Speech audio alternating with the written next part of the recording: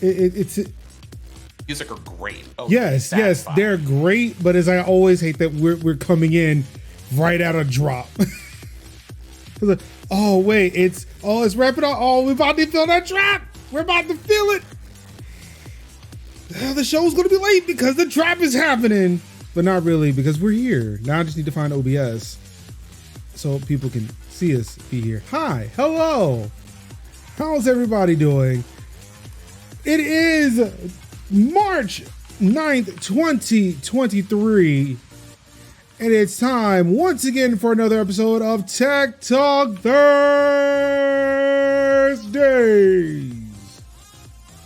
Of course, you are joined this week by one of your hosts, Marcus Major Linux Summers, your favorite streamer's favorite IT guy. This week and every week, by Kevy Kev, it's your boy Kev in the building. In the building. What's good with everybody? In the and the clickiest of clacks. Correct. Sinziak is in the building. Hello and good evening. Hope everybody's doing all right. Hope everybody's week has been great. Of course, this week, I can't believe that it's taken him this long to show up. But we've got our very, very famous politician showing up this week. With what's going on in the U.S. In the U.S. House of Representatives, it's amazing that some people still want access to our personal data through back doors when they seem to can't keep a hold of theirs. There's probably a reason for that. Wow. Also, mind your business. Wow. And Apple making some of the worst decisions. I do not understand why. But it does make me glad I am not shopping for new hardware anytime soon because why Apple, why? But of course, let's go ahead and get into it with this week's news. Of course, starting off with a Florida bill that would make bloggers who write about the governor register with the state. That is actually illegal. It is. I'm going to say that it is illegal and unconstitutional. I am also aware as a whole black-ass American that these people actually do not care about either of those things. It's like, you can't do that. The sign says stop. Foolish of you to think that'll stop me. I can't read, but you know, do any of these people know how free speech works? Can someone just give me an update on that? No, because they skipped one to go right to two. And they still don't even have that one right. Yep. Go ahead. I wasn't gonna say anything. Please continue. The proposed registration requirements apply to bloggers who receive a payment in exchange for writing about elected state officers, including the governor, the lieutenant governor, a cabinet officer, or any member of the legislature. Of course, yes, it's Florida. Yes. You know, once again, I feel like I should say what I said last week, which is I swear Florida is our current, because I feel like there are little pockets of these everywhere. But Florida is our currently major running experiment, never minding all the laws and human rights violations against our transgender family at this moment in time. And the fact that they threw some extras into that bill that came for everybody. I don't know if y'all have seen the more recent updates, but bitch. I will get into that later. I swear that Florida seems to be the hotbed for how much can we get away with this, especially because so many residents of our state are older people who are just here to avoid paying income tax on retirement. And I'm just like, they're just seeing how much fucking around they can do before they find out. That part. I mean, he did put out a book saying, hey, Here's my plan to make America great again, the Florida way.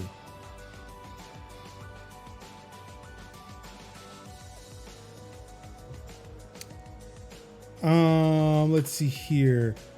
Excuse me. Bloggers who write about a member of the legislature would have to register with the State Office of Legislative Services, while bloggers who write about the governor or other members of the executive branch would have to register with the Commission on Ethics.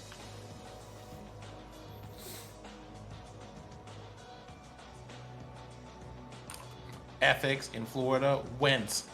Meanwhile, the ACLU is just cracking their knuckles at this moment. Are they though? I mean, I want them to, but I need them to like follow through with the hands. That's all I'm saying about the ACLU at this moment. I need y'all to look at me, follow through with the hands. Just remember to aim through the object that you were punching, right? Like, don't stop at the object. Aim like a couple of inches past it. Okay? Like, please, and thank you. Ours said that they got a statement from Bruce Brown, executive director of the Reporters Committee for Freedom of the Press. Quote, when a bill this plainly unconstitutional is introduced, it's essential that journalists explain to the public why it runs afoul of the First Amendment. Our system of free expression rejected the British tradition of licensing printers because we recognize that it was the essence of self-rule to have complete freedom to criticize the public of officials who act in our name. The registration regime proposed here would encumber that and deny Floridians their right to hear from a variety of voices about the conduct of their elected leaders. Started early. Oh, damn, it is 8:22. What's going on, Ruin? Wow, Ruin. Wow. All right, Ruin. Ruin came in here and decided to throw some smooth shade out here. All right, Ruin. Look at you being on time for once. All right, Ruin. I mean, I would like for us to start at 8, but you know, nothing I can do about that. Listen, Kevin already put out the call for best. Kevin did what Kevin needed to do.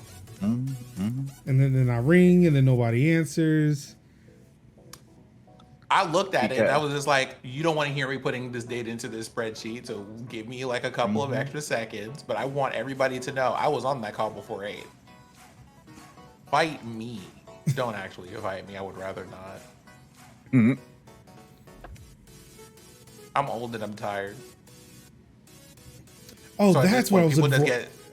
People just get swords.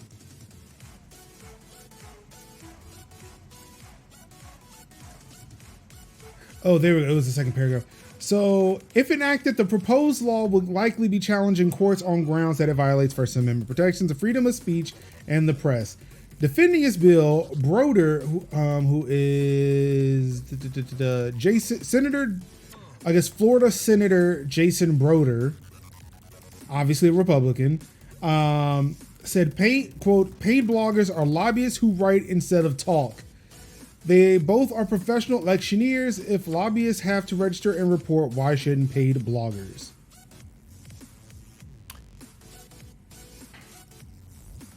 I have this long list of reasons that these things are just straight up not the same.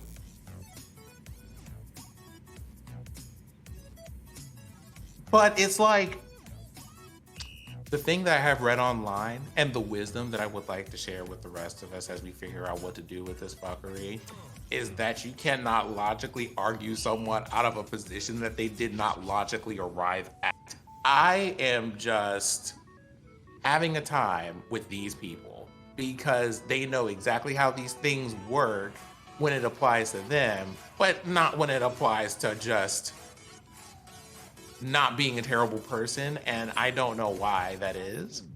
And I think it's something that I don't know if I can logic, because there is no logical way that we arrived here. There isn't. You can't tell me that there is.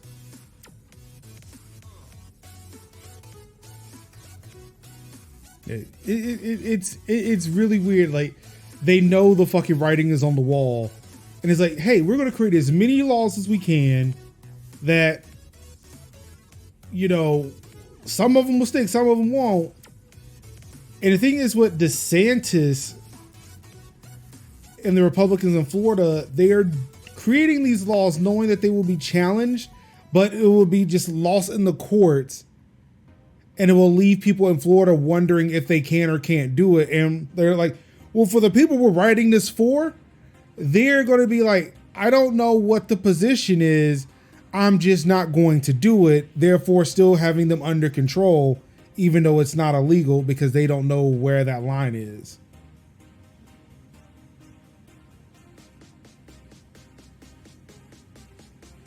And that's what they want.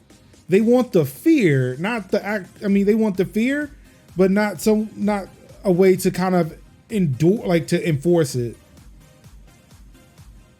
We want you to think it's bad because it's really not, and we really can't do nothing about it if you do, but just think about it. Just think about it. If you do something, you never know what's going to happen. It's giving landlords with evictions.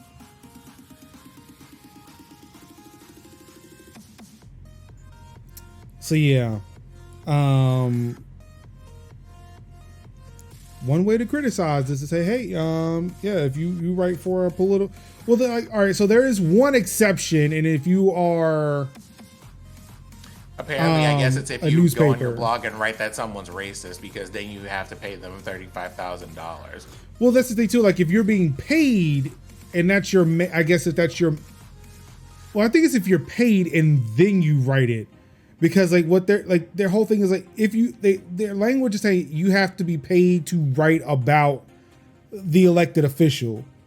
But that's not how that works, and that language I think is vague on purpose. Oh, very much so. Because like if you receive money on your blog and then write about the politician, and that was the only time you did it, then they could point to us that, hey, that money went to you writing that blog post about DeSantis. Pay up.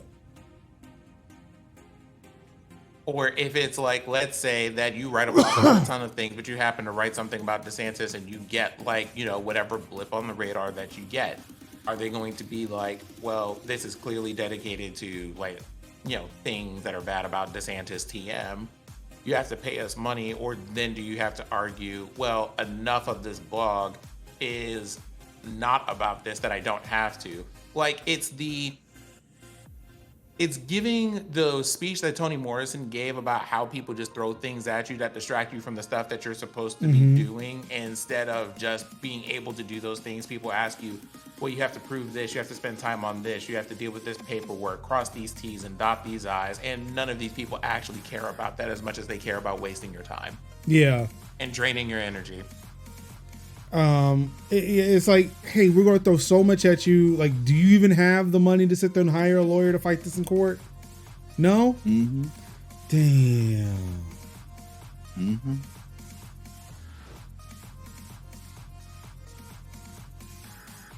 And that's all they want. They just want this shit to just be tied up in courts.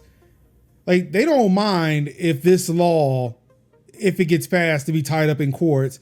Because then, one, it just confuses people and just gets people to submit regardless. Then, like, when it comes to enforcing, how much are they going to try to enforce if it gets through? And then, you know, just like with every other legal system, sure, we can catch both sides. We can catch all the people. But how lenient are they going to be to a certain group of people? Is it a slap on the wrist for some? So, we say, okay, look, just don't write about them again. And the other people say, oh, you just mentioned that you weren't even talking about that DeSantis, but obviously this was just a false flag and this and that and that, and you are definitely an operative, and we're throwing the book at you. Yeah, you came here for the beginning. Oh wait, you don't have the list like I got, so you don't know what's at the beginning.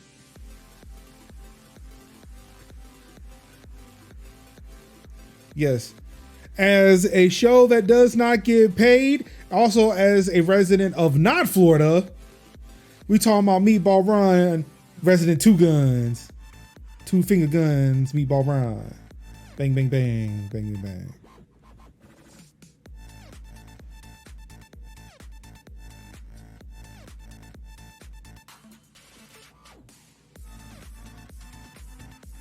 Yes, I want that to live forever. Unfortunately, the other guy gave him the nickname. Not happy about it? No, that wasn't us. That was not us who gave him the nickname Meatball Ron. No, it wasn't. Definitely somebody else. Mm-hmm. I'm kind of upset that I'm using it, but it is still funny. Right. If we were giving Ron a name, it would be Ron. It would be Ron Kinky Boots. If you know, you know. And, yep. So yeah.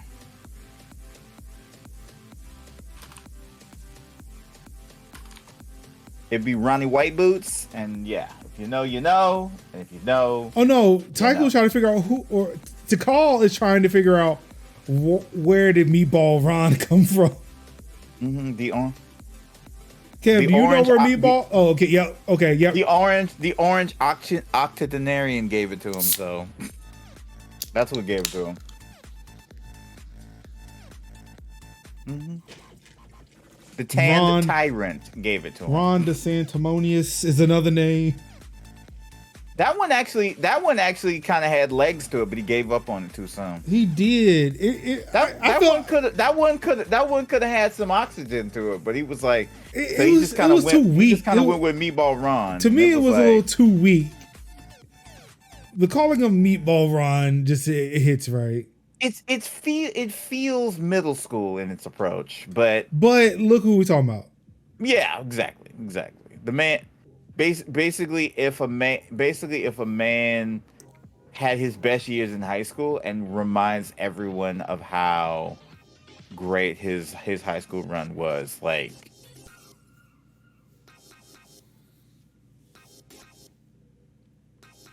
A man who wanted to live his life. It was a list. So somebody had talked to the press, and it was a list of names he was going through, right, to try to attack DeSantis. He was workshopping that. Yeah, and like Meatball Ron was one of the workshopped ones. Yeah, and you know, I think he needs to go ahead and nail that before end of year. Like, he has to like get something together, because do a focus group on that one.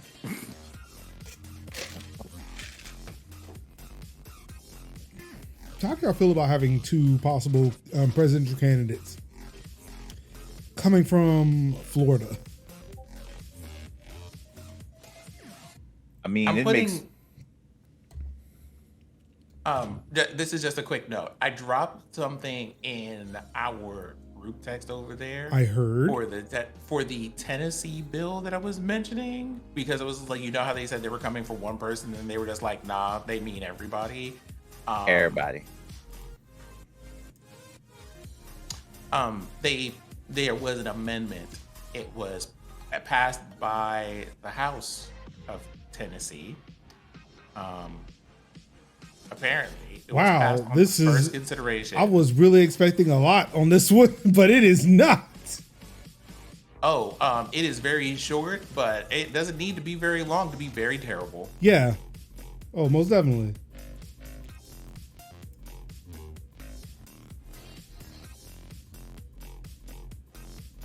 That's all. Unless that's like, you feel free to read it and then just be like, why are y'all awful?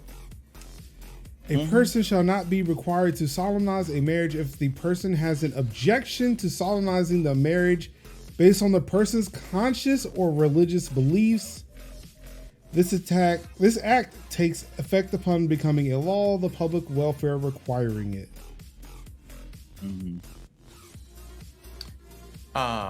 right? So if that's one that person whole- doesn't like what's going on, then yeah, it's like, oh fuck it, nobody, no, just no. well, this like is happening. that.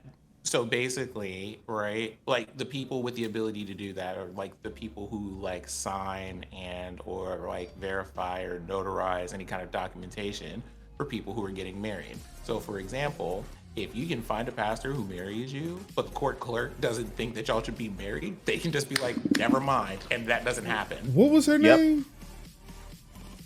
What was that woman's name who got thrown in jail because she was like, no, I'm not doing this? And then people gave them all kinds of money. Yes. Yep. Yeah, because that's but again, it's so vague. It's so vague and it's so vague. It mean anything. It could be. Well, I mean it that's could be purposeful like because be like not just LGBT, but just like interracial, interfaith, which means if I just don't like you. You look like you would just be in sin. No. you're like, oh, a Baptist marrying a Methodist, denied.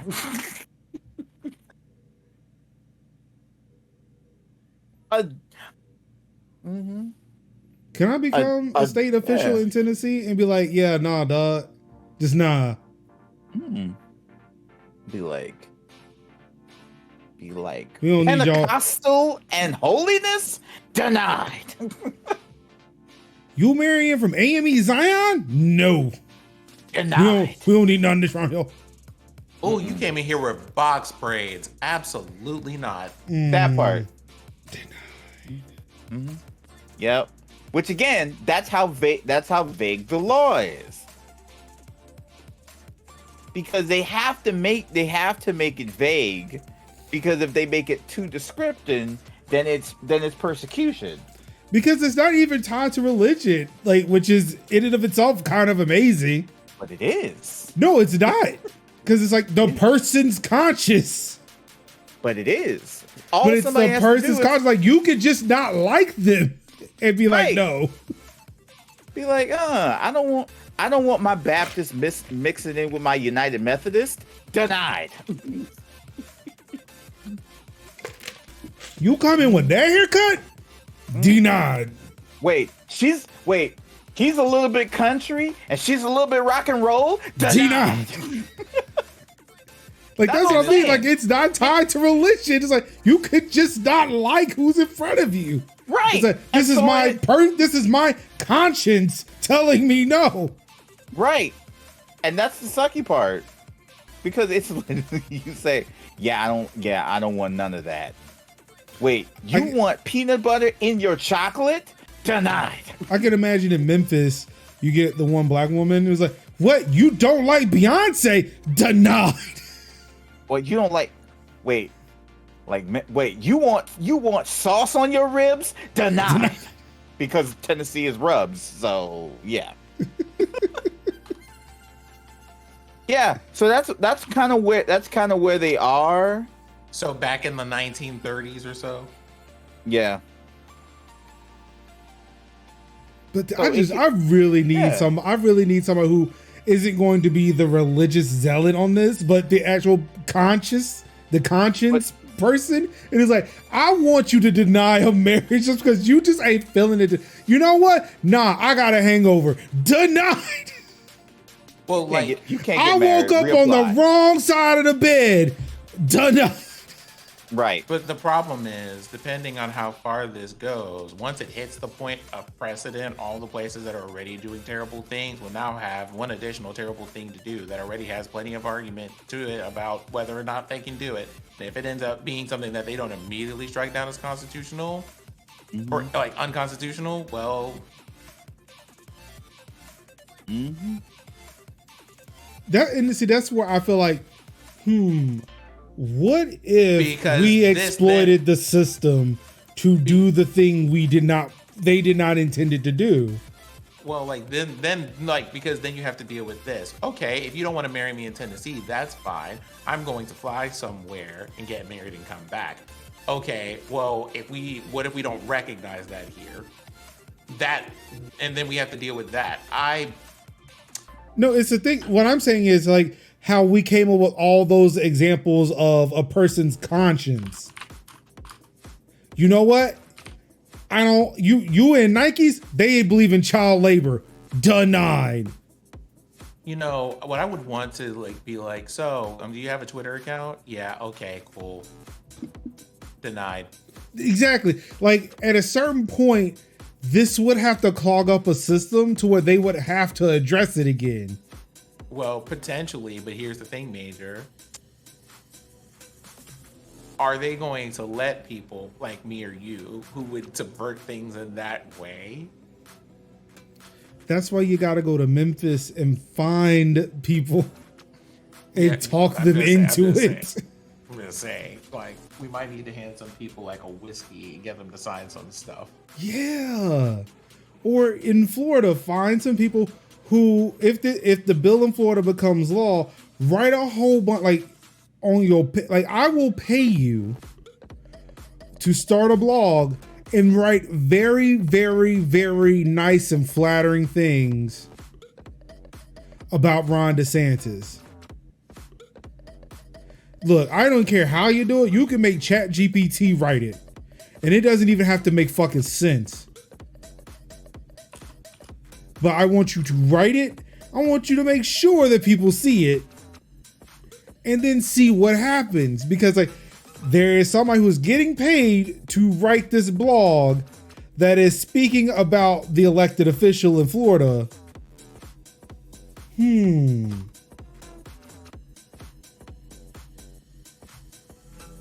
Think about it.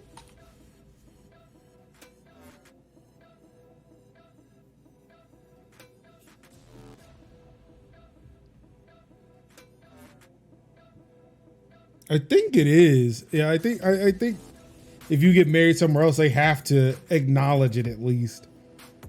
They have to. But yeah, I think there are ways around it. I just want to think, can we create a think tank where we find ways, like just juvenile ways to fuck with Republicans? So you mean a group chat on Signal? I mean, call it whatever you want. We can meet wherever. I'm just saying, one just needs to exist. Like today.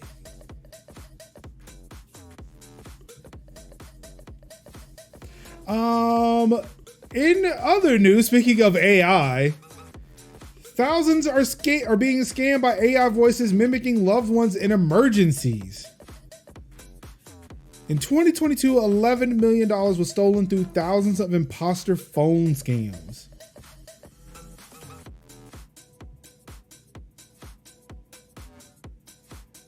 Like, what the fuck is this? According to the Federal Trade Commission, so-called imposter scams are extremely common in the United States. It was the most frequent type of fraud reported in 2022 and generated the second highest losses for those targeted. Out of 36,000 reports, more than 5,000 victims were scammed out of $11 million over the phone. Oh, shit. Oh, shit. I just now realized something. You know, because as I was reading, I was kind of asking in my head, why? I have not received a phone call like this. Nobody's trying to scam me with an AI voice. But then I remember, especially on my Samsung phone, I would get, excuse me, I would get phone calls where nobody says anything. To where I am, hold on, hello? Hello? Hello? Now granted, that's all I say. And I don't think you can accurately mimic my voice off of the word hello. But I'm wondering if that's how they're doing it.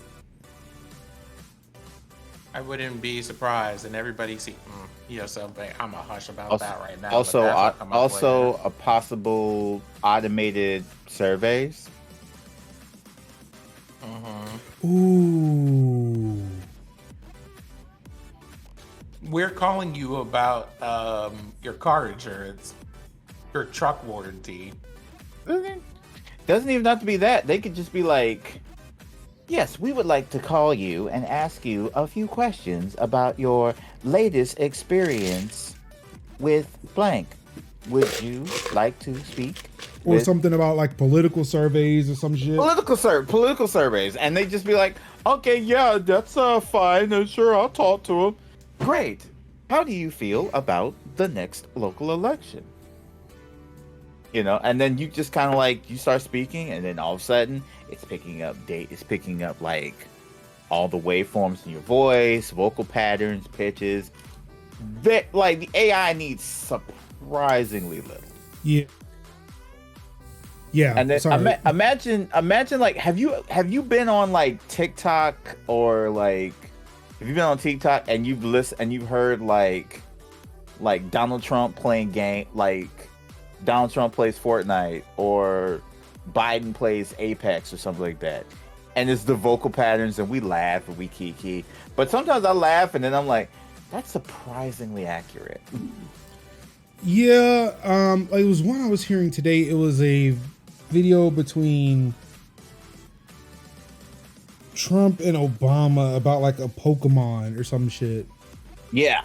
And the like sure that okay, yeah, that does sound like Trump, but also it sounds terrible because it made Trump sound a lot younger than he did in the past 8 years.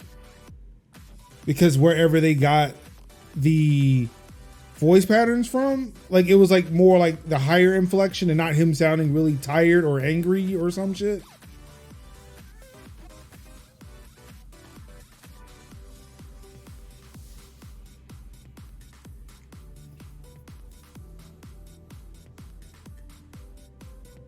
Oh, that's a good point. That's a good point. Mm-hmm.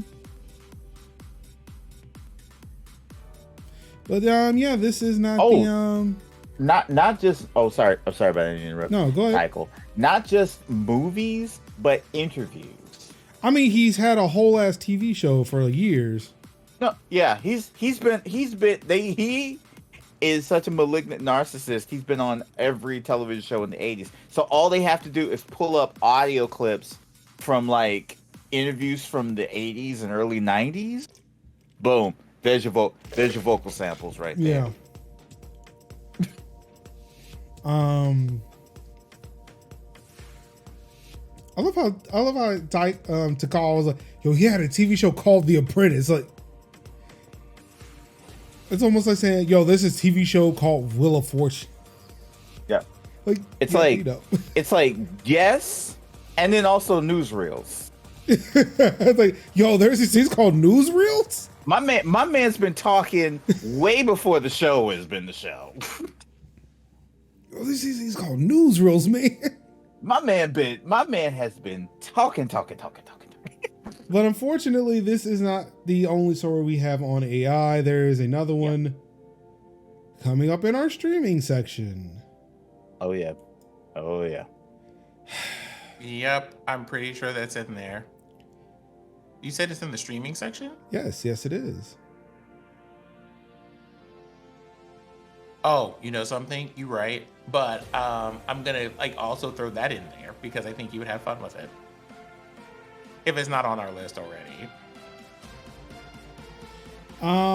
Stealthy UEFI malware bypassing secure boot enabled by unpatchable Windows flaw. That's right, baby. They're getting closer and closer to just fucking up all your shit again. Every day we stray further from God's light. I hate it here. They look, Tycho, and that is the unfortunate side effect to being on the internet.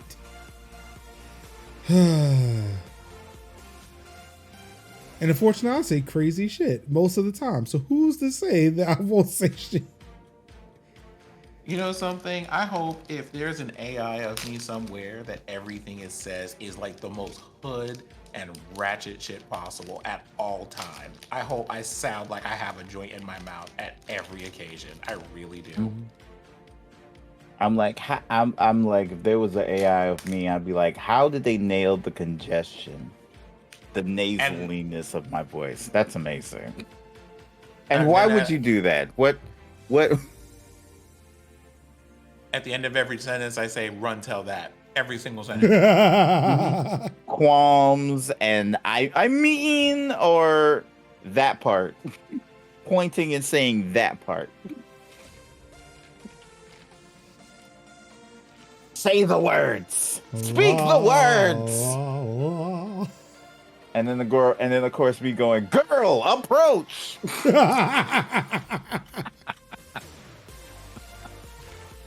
I mean, that's just a sound clip right there. Like, yeah, just girl. My stream is literally just like long, awkward silences, broken up by loud singing and cursing. That's pretty much me.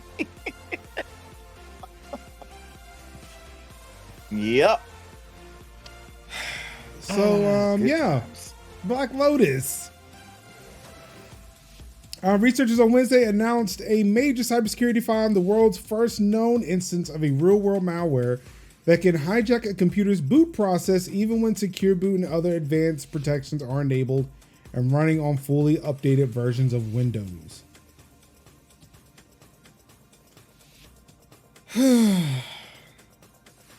All this means is, look, we just got to build a better mousetrap. And again, the best computer is just one that's just not online and off, just off.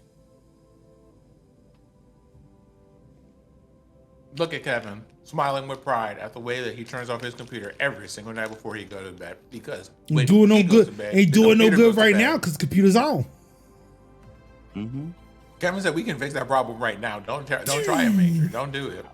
I mean, all I gotta do is Control Alt Delete. I can take care of that right now. I don't even have to click the mouse. I don't even think Control Alt Delete will do too much. Don't test it, Major. Why do you test him? Y'all still see anything on the monitor right now?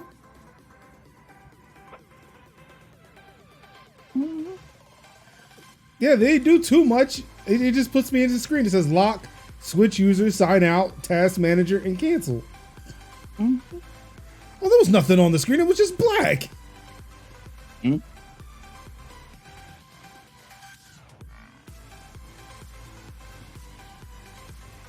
was just black. Now hold on a minute, Major. Yeah, another good way to do it is Alt F4.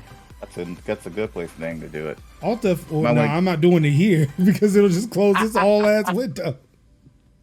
I know what that one does, and that will not do the thing you're wanting it to do. Not unless all of the windows are closed.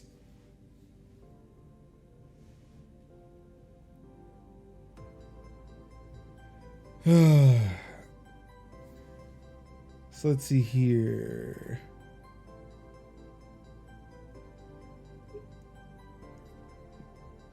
I'm trying to say it was something that,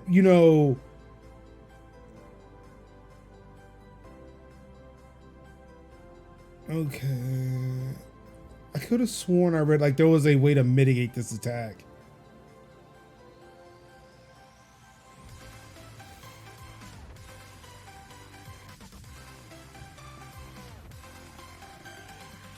Oh yeah. For now, the only way to prevent infections by Black Lotus is to ensure that all available OS and app patches have been installed. This won't prevent the bootkit from running, but it will make it harder for the installer to gain the administrative privileges it needs. Antivirus products that monitor firmware for malicious tampering might also provide some level of protection.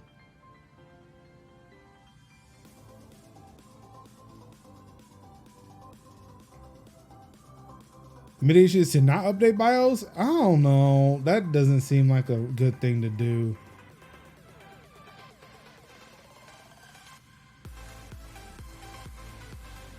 I'm pretty sure none of this is a good idea, but it's not going to stop them from doing it. Yeah. I would just look, make sure you patch all your shit. That just patch all your things. Well, that's what I'm saying. Like I would. We're trying to prevent it, not like, hey, if you are infected by it, how do you get rid of it? Because sometimes the prevention is kind of like the big thing. For most of it. Like once you're infected, yeah, it's fucking game over regardless. Mm-hmm.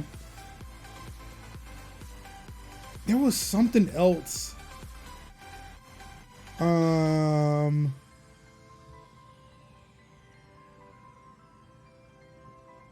Oh yeah, here it is. Despite the high bar, Black Lotus could prove useful as an alternative to more traditional forms of backdoor malware, which also require administrator permission. Excuse me. Black Lotus is harder to detect than many pieces of traditional malware. Fortunately, unlike many UEFI boot kits, it can be removed by reinstalling the OS.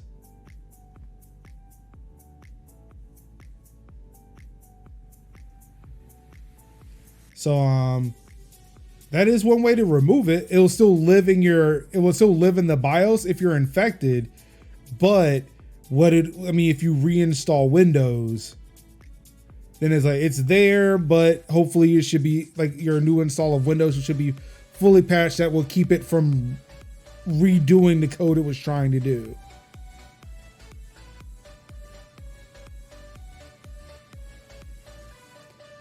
I mean, hopefully like some of these antiviruses now have the tools to detect it. It doesn't sound right. I mean, it kind of does to me. Because it seems like one way to prevent it is to make sure that you have, again, we're not trying to keep you from getting infected. We're trying to get it to where it doesn't become worse than it is. Like, you will forever have the boot kit. That's fucked up. But in order for it to transfer into the operating system layer, it would need certain permissions that other exploits after it gets into the UEFI. If you reinstall the OS, whatever was there going from UEFI to OS no longer exists. So would have to do it. Hopefully in the time you've reinstalled Windows, you are also installing the app, you're reinstalling, or you are actually installing the updates that will keep the UEFI from, or keep the bootkit from reinstalling all of the code it was that it had installed in the first place.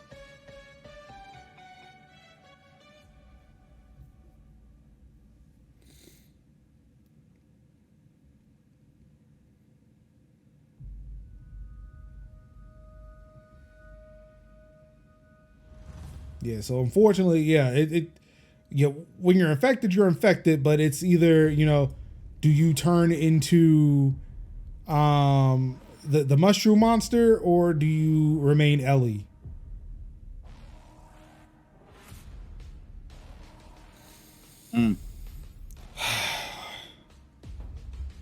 Gentlemen, ladies and gentlemen of the audience, of the chat, it is now time.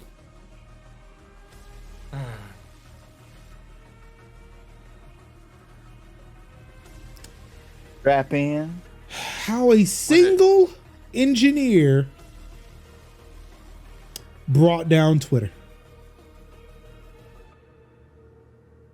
Are we talking about Harald? Yes. I'm here for this person, this entire person. Wait. I enjoy them so much. They named the engineer? Yeah. Not the one in the tweets. That's another article. Oh, okay. Okay. This is, you remember, if for those who are still on Twitter, see, I would know. Just we'll put that out. I would know. But I remember seeing that Twitter was down, and that if you tried to click a link, you couldn't leave Twitter. This was, I believe, on Monday.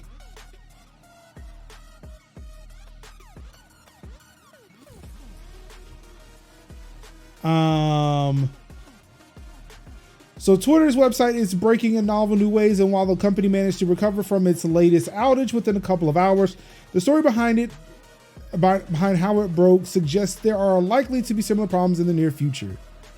On Monday morning, Twitter users logged on to find a thicket of connected issues.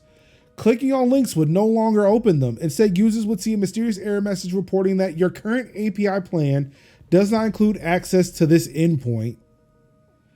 Images stopped loading as well. Other users reported that they could not access TweetDeck, the Twitter-owned client for professional users. Chaos took over the timeline as users tweeted vociferously. Okay, Verge, you know big words. Good job. Oh, somebody got a thesaurus. Right? About the outage, often illustrating their points with images that no one can see because they wouldn't load. Well, now, damn. see, this speaks to some of the user base of Twitter. If you know images don't load, why are you posting images? I'm just saying. Just saying. In a tweet, the company offered the vaguest of explanations for what was happening. Quote, some parts of Twitter may not be working as expected right now. We made an internal change that had some unintended consequences. The change in question was part of a project to shut down free access to the Twitter API. Platformer can now confirm. On February 1st, the company announced it will no longer support free access to its API, which effectively ended the existence of third-party clients and dramatically limited the ability of outside researchers to study the network.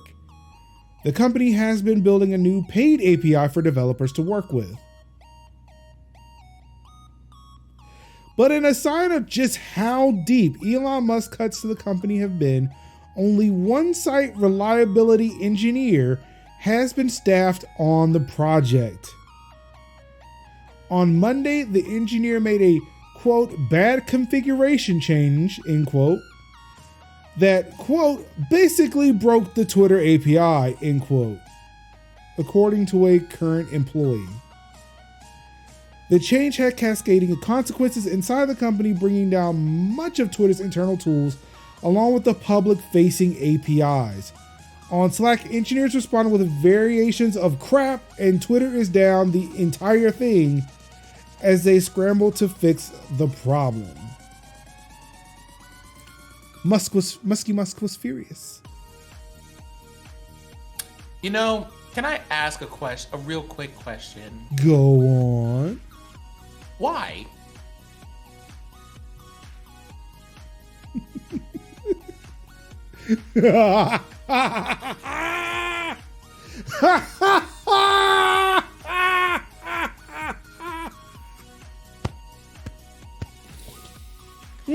Now,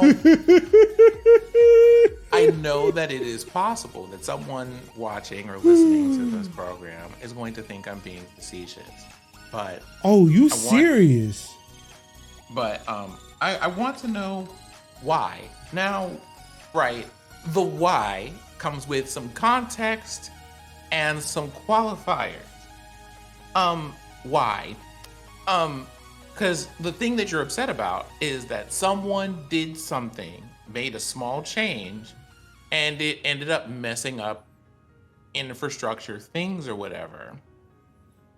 But why are you upset about this? Because I feel like the rage is unreasonable given a few things that I would like to remind everyone has happened not like a year ago, but like in the last handful of months at best, right? All the people who knew what your code does got fired. The person who corrected you when you made a very public statement about how the code works and said that's not how it works and it works in this way for these reasons got fired. You fired most of the developers. The ones that you didn't fire, you tried to have them sign away their severance packages or whatever before forcing them to work for long hours.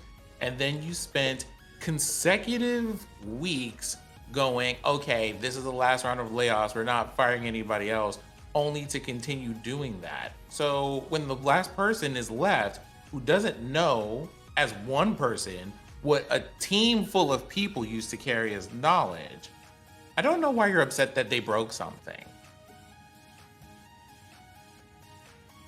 Like, I want someone to explain that emotional response to me like I'm 5, because I, at this point, I don't get it. I don't get it. What are we upset about? We're upset that someone broke something who didn't have the full instructions for how it works because they haven't been there for like 10 years? Are we upset that someone was operating without institutional knowledge? Like, what happened here? I think Ruin puts it best. It's brittle. It's brittle and it should be rewritten. You know something? I feel like that about most code bases. Here's the thing though. Who's gonna do that? Because as far as I know, y'all are on a hiring freeze. Who's gonna do that? Who's gonna rewrite the code? The janitor. They don't have a building to work in, so what janitor? Unless it's Mr. Johnson from Abbott Elementary. If you know, there's a possibility that could work. No, because I'm pretty sure Elon wouldn't hire black people. The other thing, accounting. They fired the person who handles payments for their subscription services, in addition to other things. We just talked about that person last week. So like, they don't have people who do payments over there. Who's going to? What's happening? You had a whole ruin. He had a whole staff. And now he had a whole staff that knew the inner workings of Twitter. Anybody he hires now is going to have to relearn Twitter. Wait a minute. And probably break it in the process. Hold on for a moment. You said temps and interns. Do you mean like the people who were sleeping when he sent an email that said, I need you to read this in a handful of hours and decide if you agree to it or not? If you don't read it, I'm going to assume you don't, and then fired everybody who didn't read it in spite of the fact that it was sent during their sleeping hours? Mm-hmm. The same. Who are these people? Like, I just want a genuine answer to this question. If someone could take the time to explain that, I would like to know, preferably in writing in very large font, so it's very easy for me to read. And like I said, we're going with a minimum of 18 to 24 pixels as a baseline for how big that font should be when you write that response. Thank you. Who is going to be left to shoulder the burden of explaining how Twitter works to people who may be there for like a day? For them to be like 2 to 3 months. Who's gonna shoulder that point when you've had a full staff of people who lived, breathed, and slept and ate Twitter for years? Well, you know something, we might be talking about one of those people later, so there's that. Be like that. Now, me personally, I am a petty person, not hateful, but petty. However, on today, the way that I would just be sitting there and being like, hey, would you mind coming back to the company because we could really use some help if we hired you temporarily for... Who's coming back for that? Who, me? Good. Oh, y'all hear something? I didn't hear nothing. More money? Remember the TikTok you sent me? Musky Musk? No, remember the TikTok you sent me? Oh yeah, about the Circuit City grift. Yeah. Yes. Because who's gonna check? Yeah, back in my unemployed days. Yeah. I really thought about that. So, Oh, you know something that's really funny in this article that I want to point out is that everybody is like talking about how like Elon's tweets are more visible than everyone else's. I want everyone to know the only time I know that Elon says something is if someone retweets it with a screenshot, because I cannot read his tweets. Same here. I read his tweets on TikToks. That's how I read his tweets. If I read his, like, literally the only like actual exposure I have to anything that Elon says is this show. Right. That part. Also that. Yep. Like if it's not in an article, somebody didn't share it on Mastodon. I don't know. I don't know shit. I don't have him blocked, and I'm like, I don't see anything. I blocked him quick fast. I was like, I mean, I blocked him earlier than that, but it was more like, I was like, yo, let me make sure he's blocked. It was more like, let me double check. Now, Ruin, I'm not going to spoil that because it comes up later, but I will say this. The way that I quickly walked to the kitchen and grabbed a snack to come back to the desk and read that whole thread. It can be me. It was also, let's talk about the you know something. I'm really gonna have to like bite my tongue on this because I have some thoughts about that article. I mean, well, we can just go to it. No.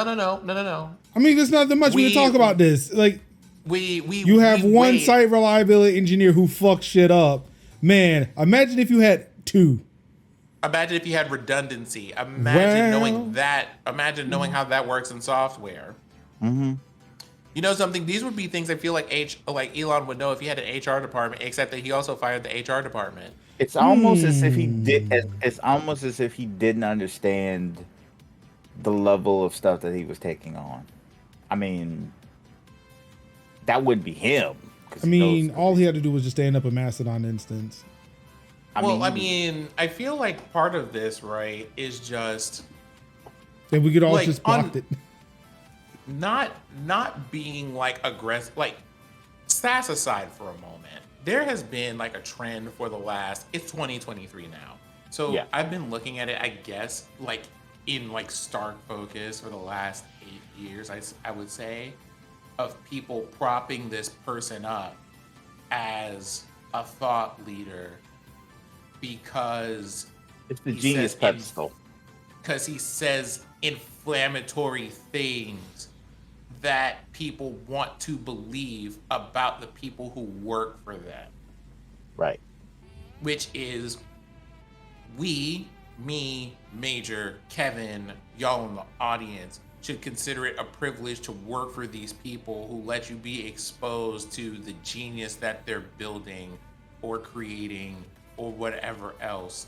And those people who believe those things gravitate toward the words that he says.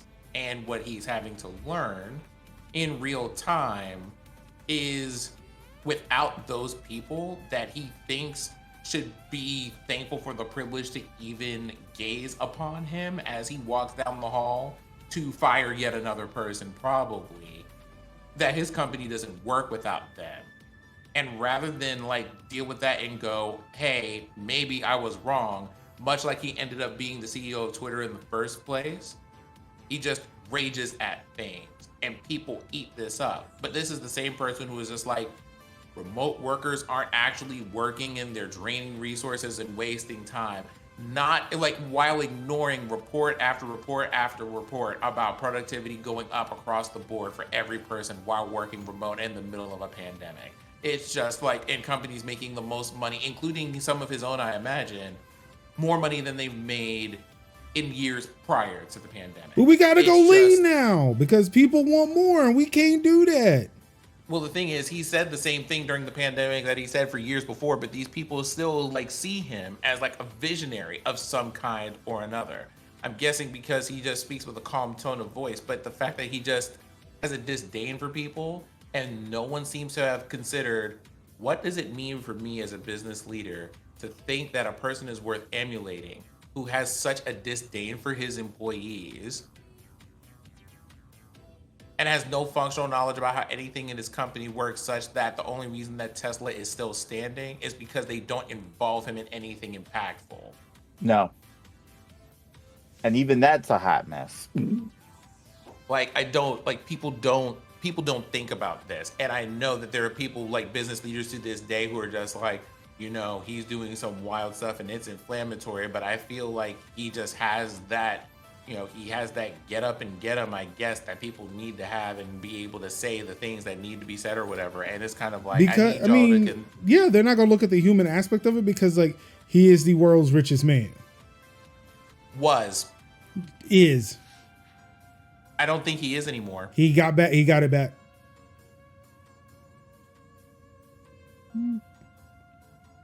I feel like there was an exchange there, or a hitman was sent somewhere. Either that, or just like Twitter, he's out here hacking the metrics. I don't know which. Oh, he found some in the couch cushions. I don't know. I don't know what to tell you. But For what I understand, for what I understand, he got it back. Right.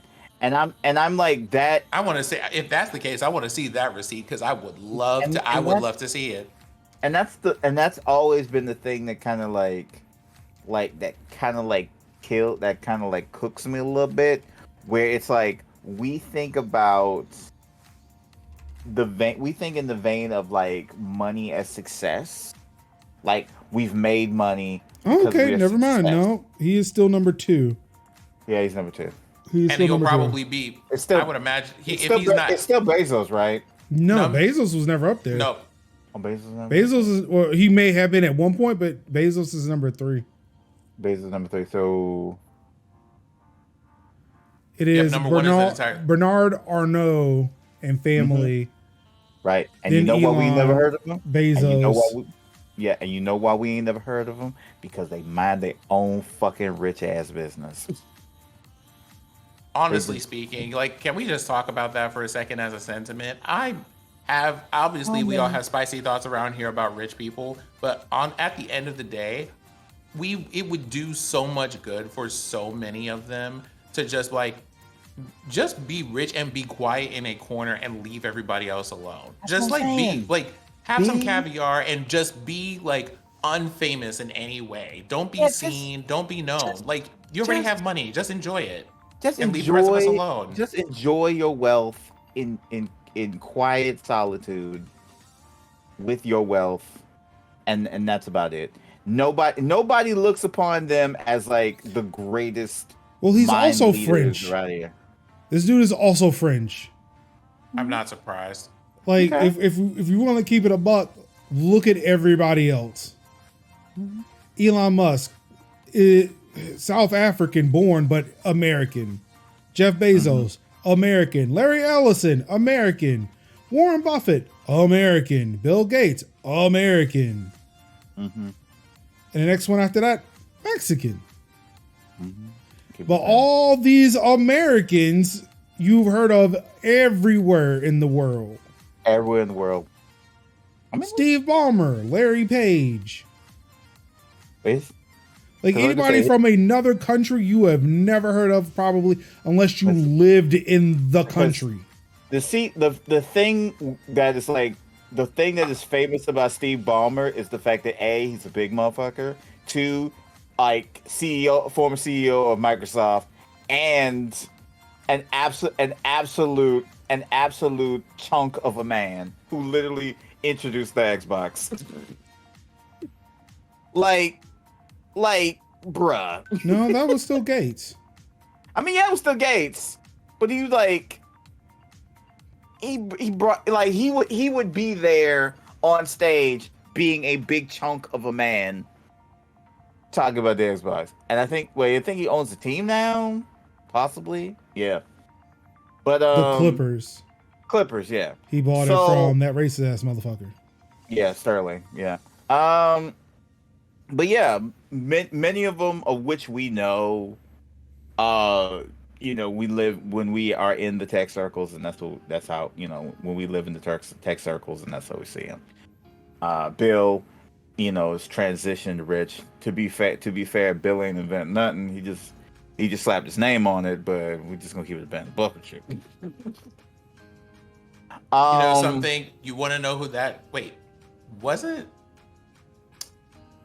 I need to go look that up and make sure that this is Tesla that I'm thinking of before I say that. Please continue. Yeah, but anyway,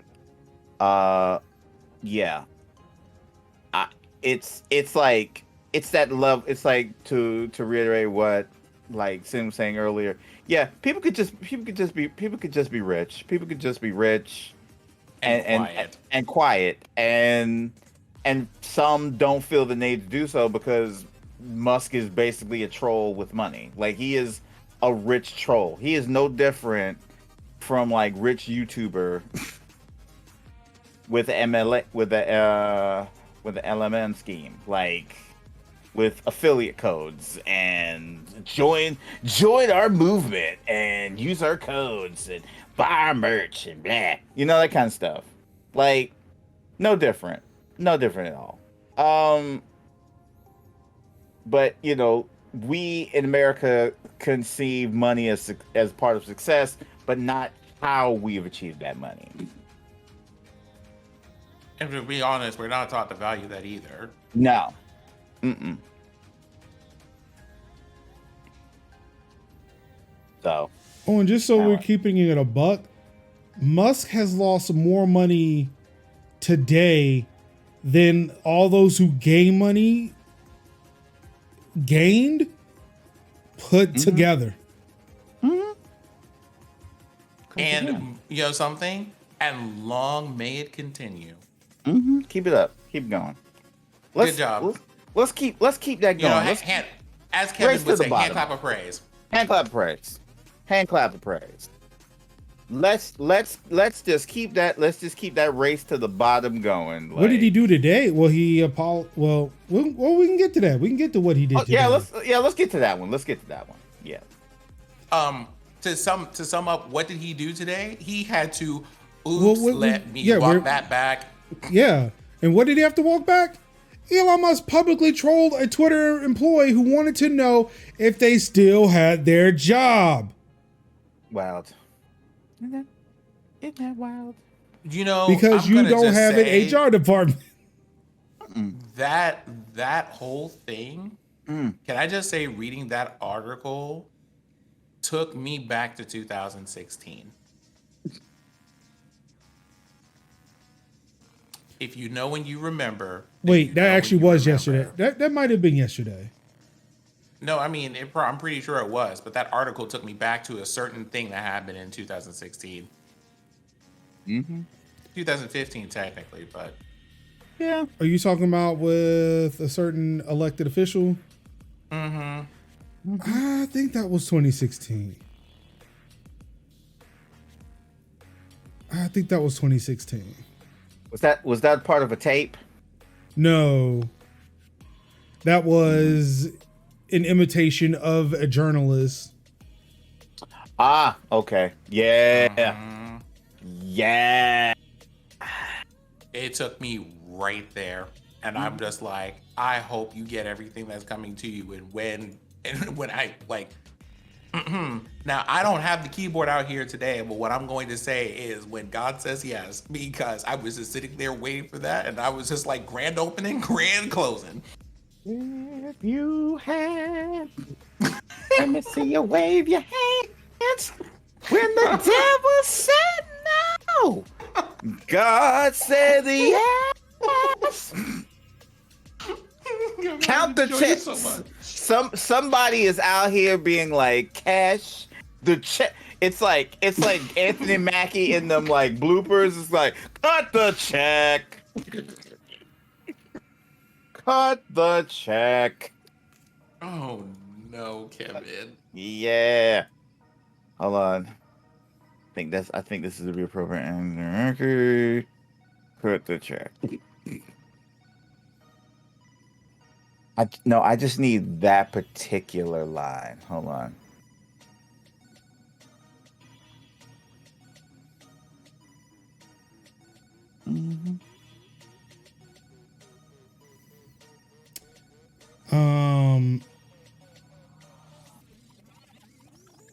Yeah, this is just the worst.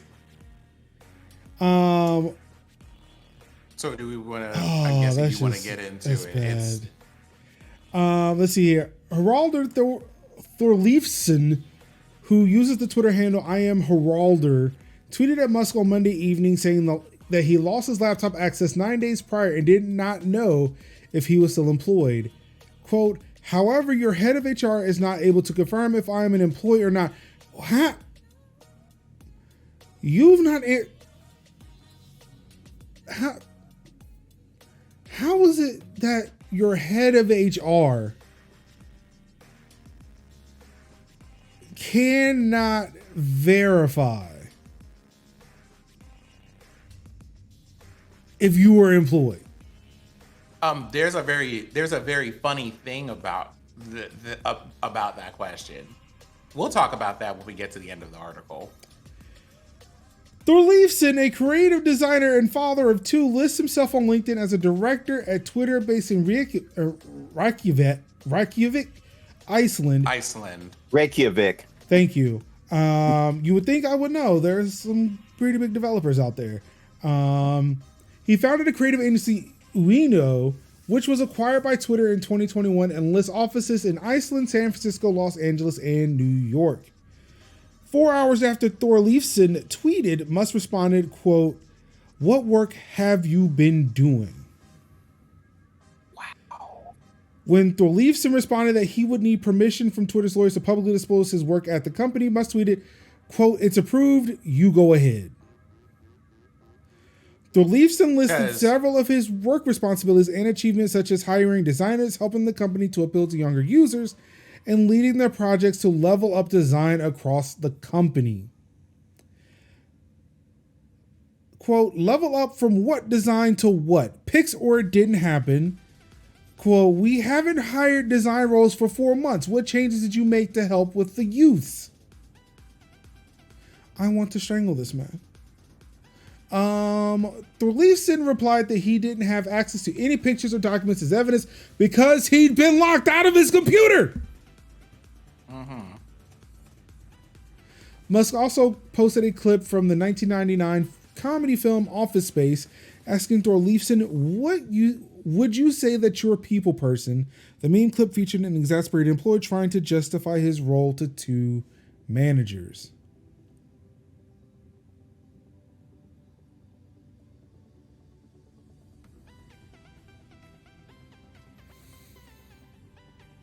Thorleifson later tweeted that Twitter's head of human resources had emailed him to confirm he no longer worked at the company. Quote, "Now the next question is if you make sure I get paid what I'm owed per my contract." And that's the part that I wanted to talk about. That man has a clause that gets him a sizable chunk of money.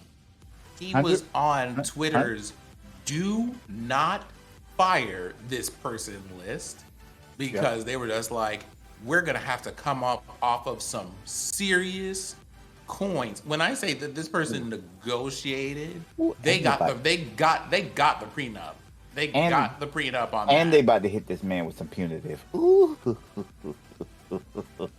But the fact that like Musk has a publicly available ADA violation just sitting right there in the middle of public space, girl.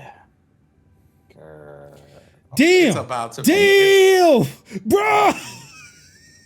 Like when I tell you 100, he said, "Run me 100," followed by an additional 6 zeros. They said, "Don't fire me."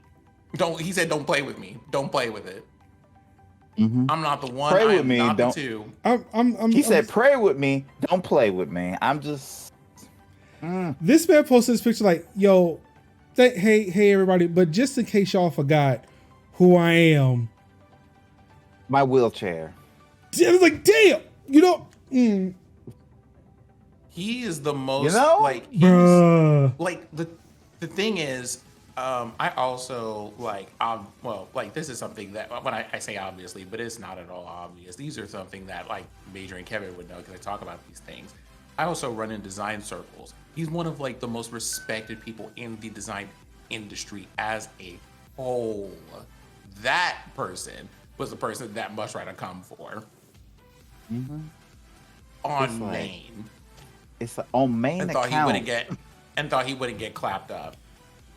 Thorleifson runs a fund that builds wheelchair ramps in Iceland. Mm-hmm. So, like, to explain some of the things, I think there was something where, I can't remember, but it was when he sold the company or what have you, they offered to, like, pay him the money for that exchange in a way that wasn't taxable. And he was just kind of like, no, because that system supports me and disabled people like me. So here's what we're going to do. I'm going to just run those taxes to my country so that they can fund other people who also need that funding. He's that guy. No. Oh, okay. So originally that post, I mean the article I shared, like sure it showed him in the wheelchair. That was the part I did not know about up until the apology. I did not see this article where it actually, like, he actually came out and said that. Like, Elon Musk has accused a laid off Twitter employee of using their disability as an excuse to do no actual work. Oh no, that's on Maine. And dude was just like, when he said, like, before he said that, like, he was just kind of like, here's the thing. And like, Elon was just like, okay, so listen to this person saying all of these things instead of like, and making up excuses instead of working.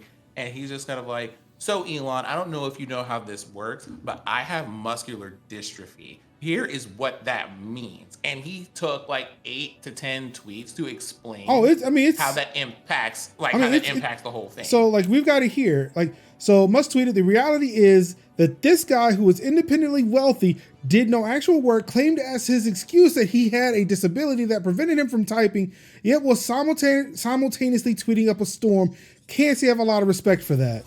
But was he fired? No, you can't be fired if you weren't working in the first. Yep. Let me. I'm gonna put. Hold on, because I'm gonna. A statement on Thor Leifson's personal website posted before his altercation with Musk says, quote, I have a genetic muscle atrophy, often called muscle dystrophy. The one I have is called dysferlinopathy. I use a wheelchair and I am slowly but surely losing strength in my upper body and arms. I don't like it, but that doesn't really change anything. And Lord, I am back on the Twitters. So this person was just kind of like, let's talk about how things work for me as a disabled person and like what it means for me to exist that way. This is the person that Elon decided that it would be a good time to be a clown with.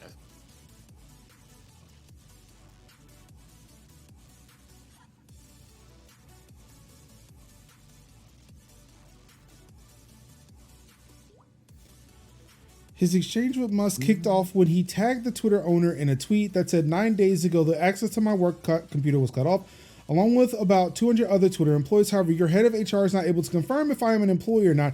You've not answered my emails. Maybe if enough people retweet, you'll answer me here. Oh, wait, this is how it kicked off. Excuse me. Yep.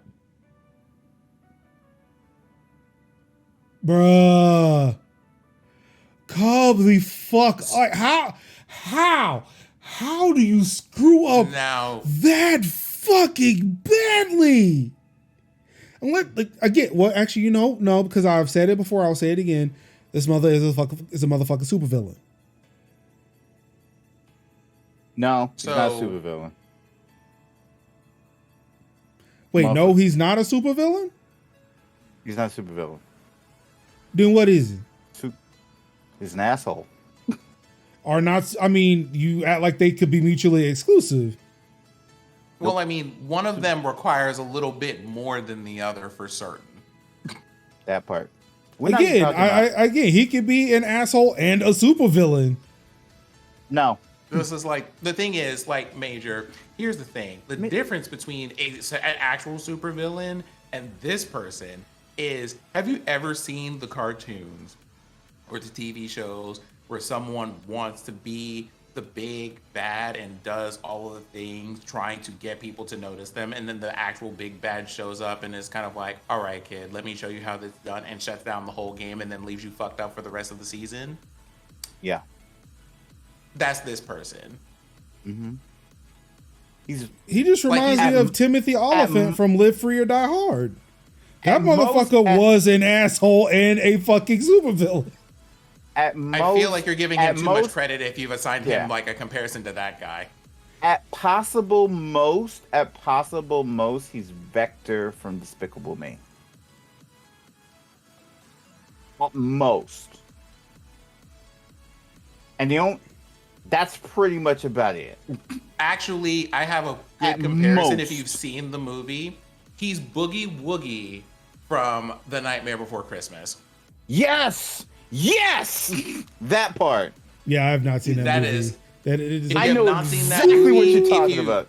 If you know, you know. You know. Listen, basically, Boogie Woogie's whole deal is he's more bad on the outside than he ever was in. And he's literally just a bag. He's like a bag of wind. He's a bag. He's like a poorly put together bag of bugs, and that ends up being a thing. Right. Who is quickly unraveled at the slightest provocation. And that's that about sounds familiar. yeah.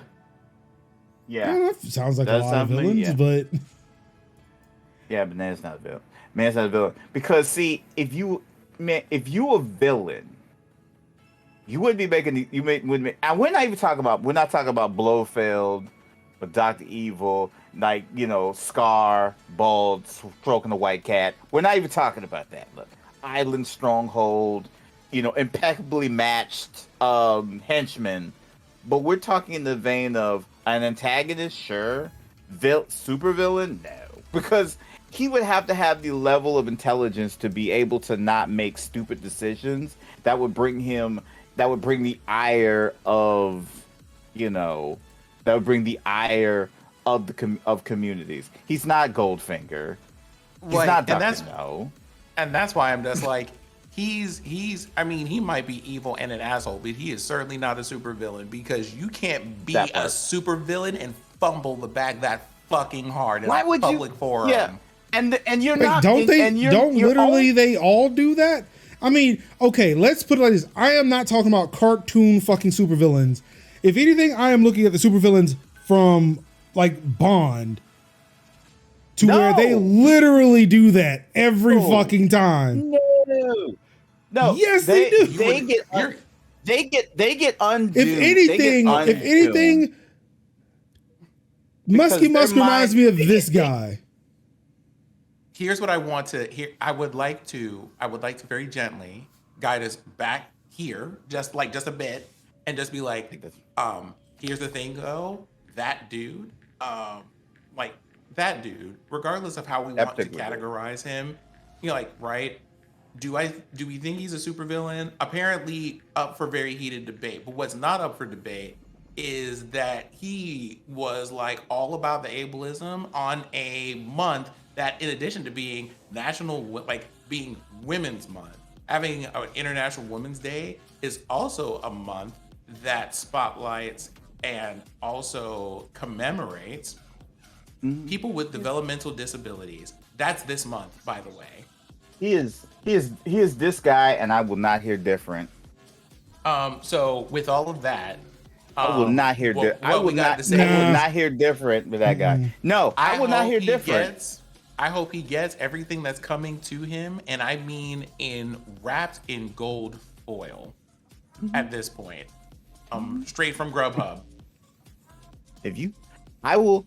This is Elon Musk and Rupert Murdoch wrapped into a person. No. I concede to your villain. I will concede to your super villain point if you concede to my point that he's Vector. Nope. Then we're at an impasse, sir. Move on. Because I be damned if I'm gonna sit there and kill this man a superhero villain when he is literally Vector. He is Vector because his dad had money and funded his projects, and the only reason why his projects relatively succeeded or close to succeeded is because he was bankrolled enough to do it. Again, Elliot Carver. Nope. He Vector. Succeeded too. Move on. Elliot Vector. Carver, he Move on. Succeeded too. Vector. Watch Tomorrow Never Dies, and just like, yeah, watch Tomorrow Never Dies. Watch Tomorrow Never Dies in 2023, and tell me that shit ain't happening right now. Watch Despicable Me, and you'll see he's more Vector. I've seen it. This dude's a fucking moron. Exactly. That's exactly it, Major. You're getting it. He's a moron. Again, just like Vector. Just like Vector is. Again, I don't see He's how it's bankrolled by mutually. his father. I will do not not hear see how this different. is mutually exclusive. I will not dare hear different. He is Vector. Move on. Again, move on. I feel Major. like Vector was not as effective as Musk is being, given his companies, and as effective Because as he Elliot had Carver money. is giving his media. He was bored empire. and he was rich and he was like, "Well, I'll just be a supervillain." But that's not what Musk did. So He's Vector. Move if on. anything, yeah. Wait, I also would what? say that Vector does not think what he is doing is also going to save mankind. If you're gonna go on the Hold on, supervillain wait route, a minute. Vector, I have to point this out. You move on. said that. We're not Hold seeing on your for a point, moment.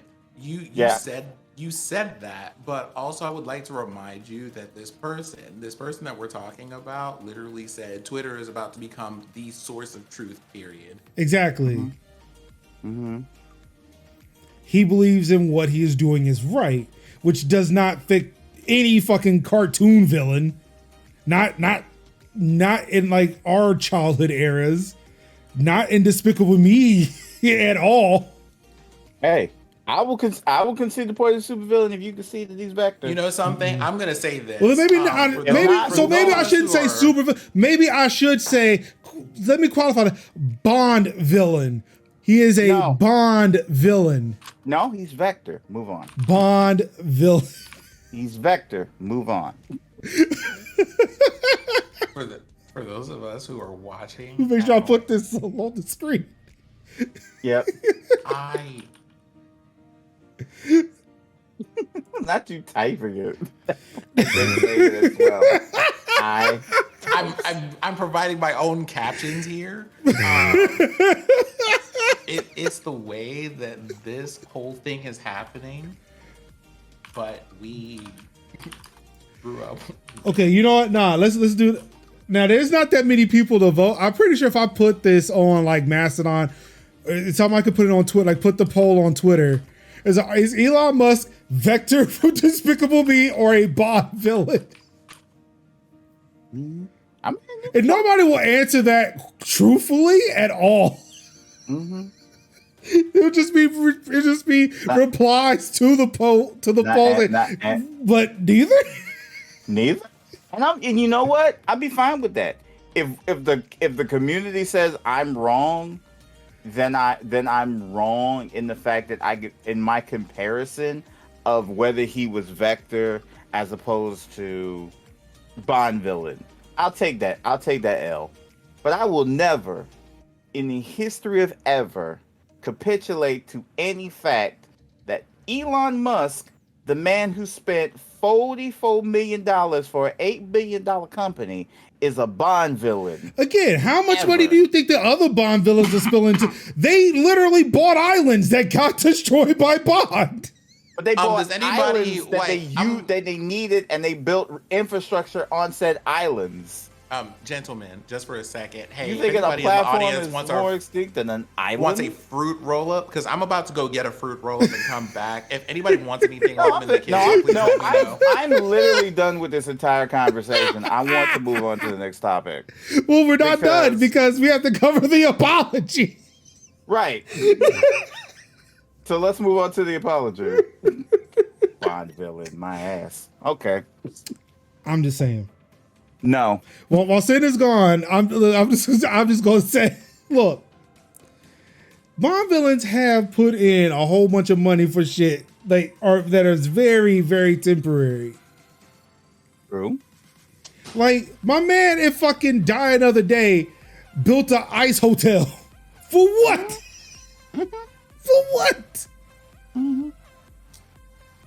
Now, if you're saying in the vein of a Bond villain because stupidity, Sure. Wasting money, I can agree with building that. satellites in the sky. Who knows what the fuck they're gonna do? Is trying to build a colony on another planet. Like, I'm pretty sure most of the things I have named were the evil thing that the Bond villain was doing. Okay, so a question for the two gentlemen here. You know, if you were having a very heated debate about these things on a platform like, for example, YouTube, did you know that you could swear at the beginning of them now and not get demonetized? So you can be as heated and passionate about this We're as you not want there to. yet. We still have to talk about the apology. You got to talk about the policy. I mean, wait. Oh, wait. So we do have a thing that you want to talk about today, other than this. We had more but of we're this at this Elon Musk impasse. to talk about. But it's like Major's like, when you talk about the fact that he's a Bond villain, and I'm like, Vector. I mean, And I listen, said no. I love y'all, but I know that you like to argue, and we have things to do, and I'm literally saying I'm done with this. Move on, Major. Anyway, Jesus Christ. you know, I love Thursdays for a reason. I don't ever want to leave. Right. Musk apologized for mocking and firing Twitter exec with muscular dystrophy. Musk says Holly Thor. How many names does he have? Says Holly Thorleifson is considering remaining at Twitter. But why? Nah, I'll be like, kiss my ass, bro. Give me my 100 million. You fired me before you the round. Now you about to find out.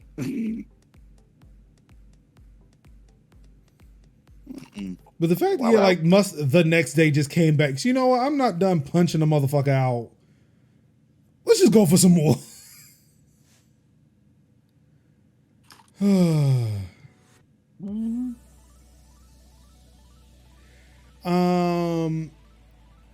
Let's see here. The stellar reputation as a dedicated worker began haunting Musk, who began backpedaling on his criticism of Thorleifson after Daniel Houghton, the former CEO of Lonely Planet, who worked directly with Thorleifson on online content and e-commerce platforms, told Musk, "This is super disappointing to see.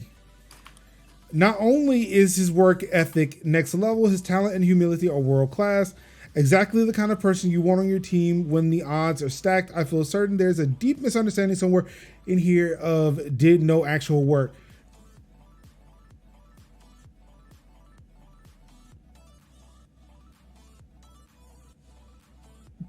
No! know what? Like, no, I'm sure there was a misunderstanding, and you know, like, this is really sad to see. No, call fuckers out. Stop giving. About? Not only is his work ethic next level, his talent and humility are world class. Exactly the kind of person you want on your team when the odds are stacked. I feel certain there is a deep misunderstanding somewhere in here of did no actual work.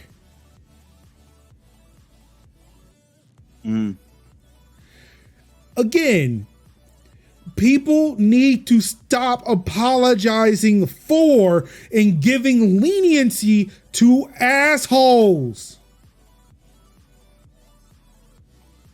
When you went on a motherfucker for 2 fucking days.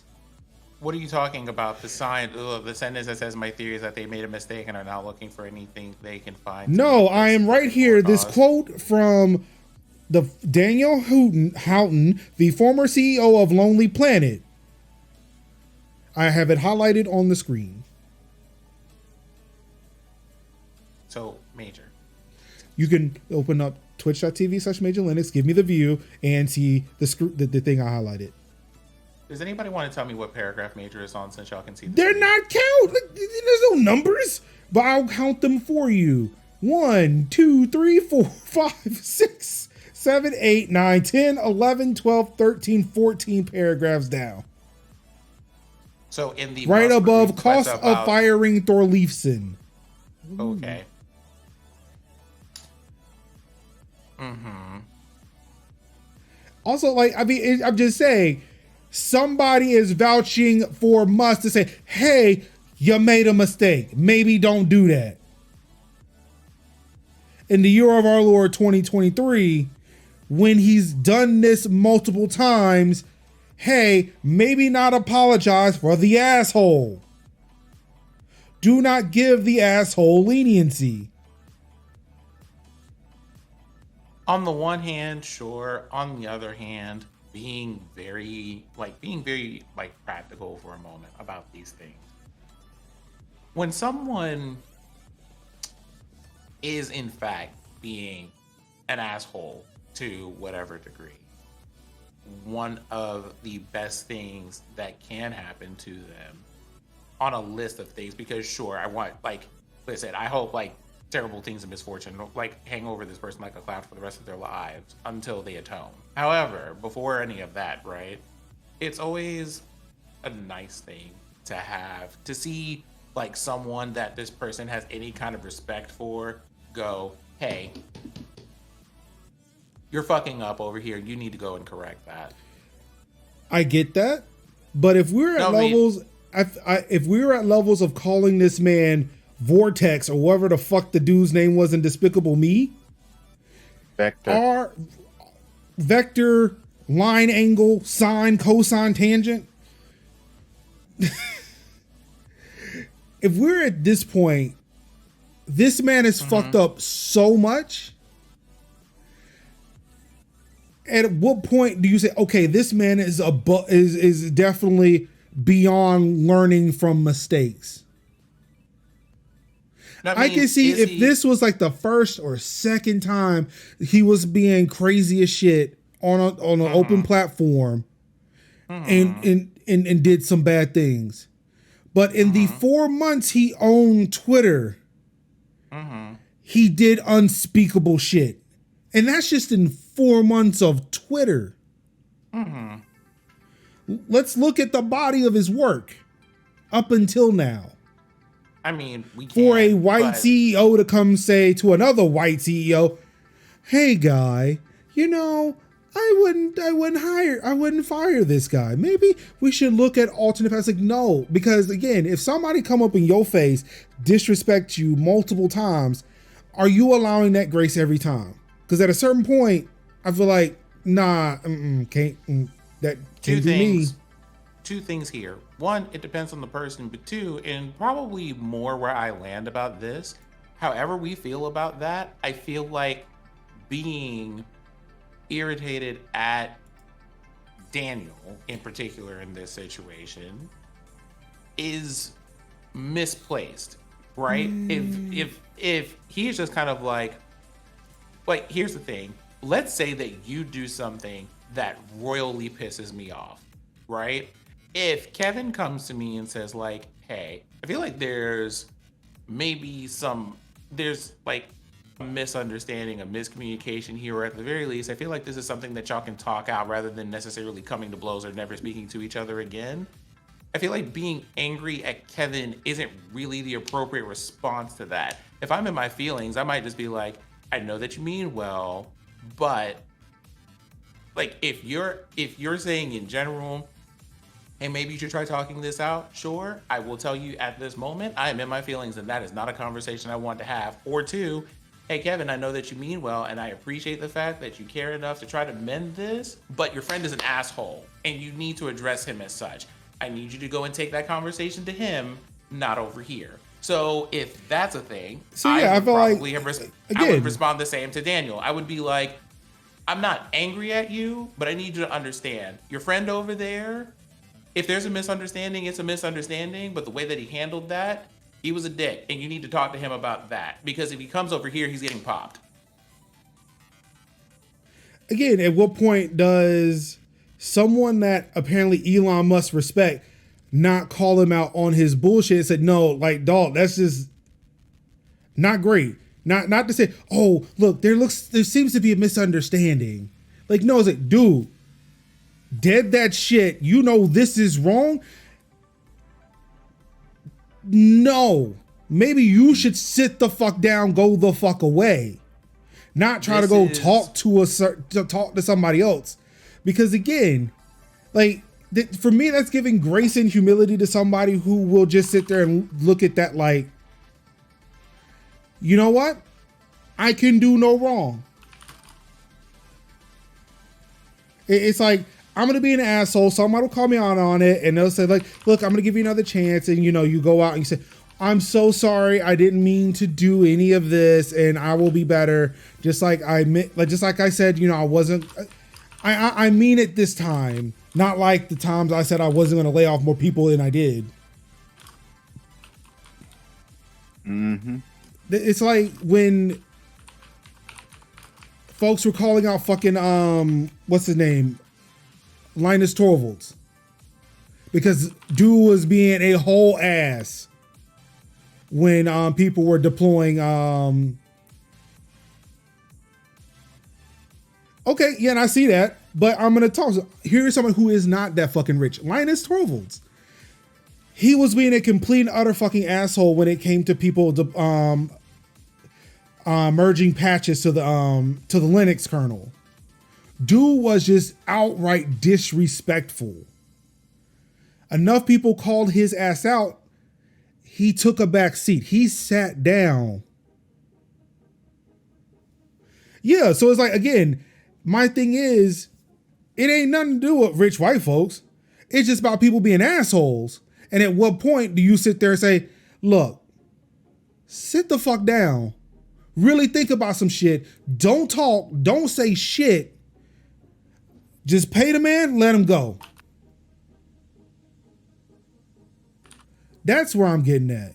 Ain't got nothing to do with rich white folk. This about like, again, one of the rules on everything I host, like whether it's Discord, Mastodon, whatever, don't be an asshole.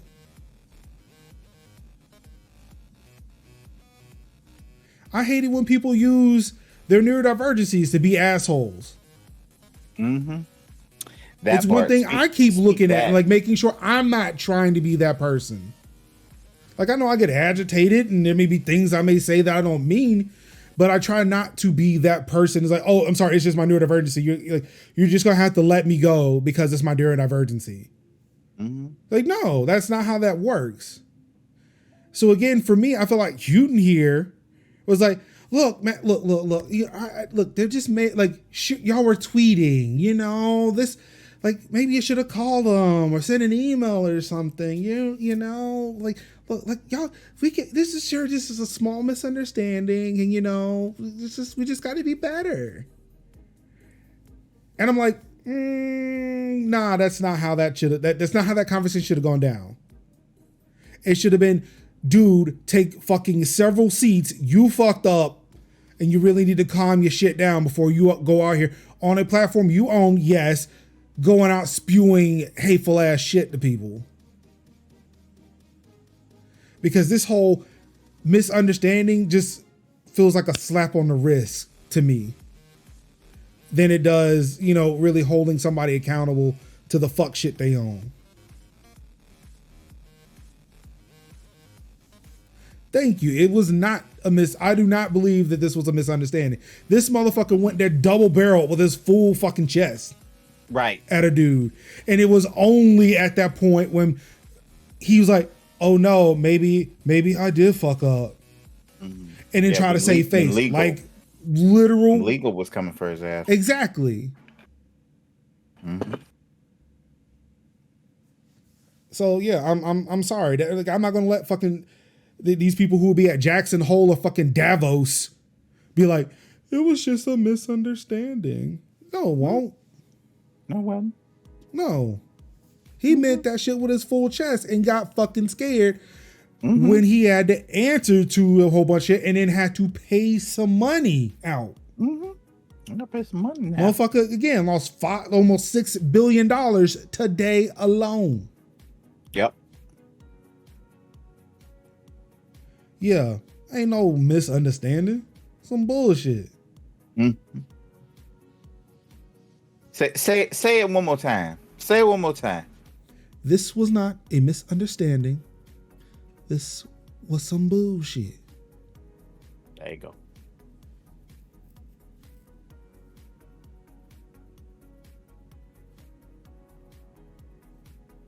According to the New York Times, the cost of firing Thorleifson may be greater to Twitter than the cost of keeping him on, which could be another factor motivating Musk's decision to try to rehire the former design executive. Mm-hmm. Which, to be fair, you don't have to do. He tweeted that he's okay with his exit from Twitter and asked Musk to confirm he'll receive his full severance.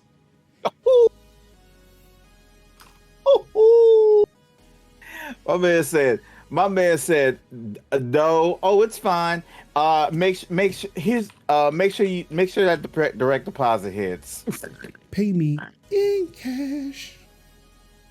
Put the cash in my hand.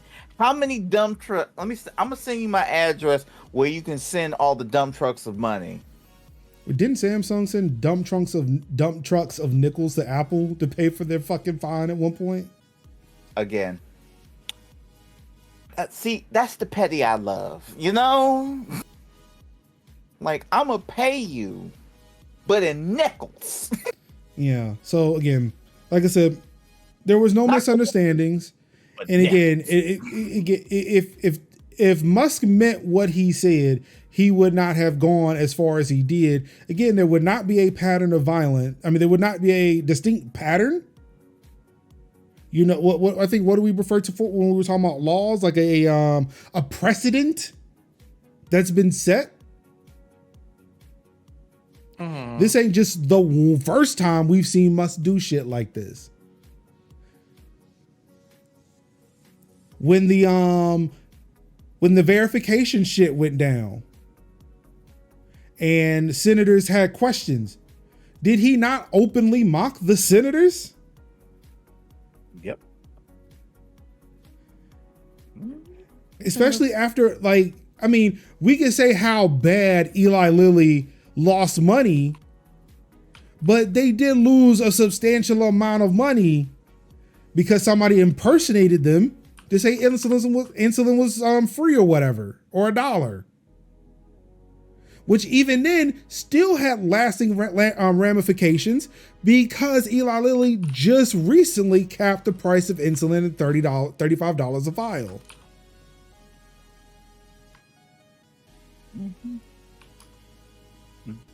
That's good.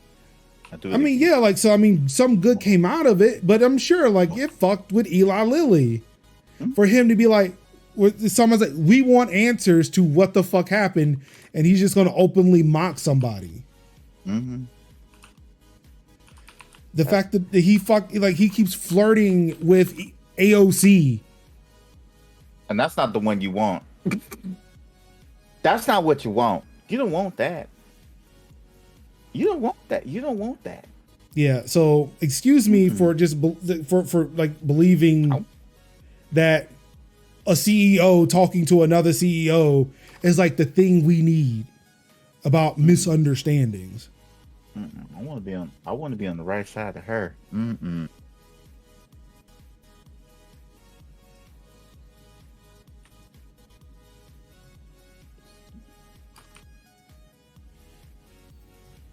Yeah, it should not take that shit. They sit there and be honest and open. No, if you're an asshole, you're a fucking asshole. And if you've been an asshole for like over a decade and nobody calling you out on your shit, yeah, there's no hope for you. You just be fucking excused all the time. And that's what's happening. That's why we are in this fucked up situation we're in. Oh, and speaking of which, capitalism. I really want to hear that in my headphones though. What fucked up situation we're in.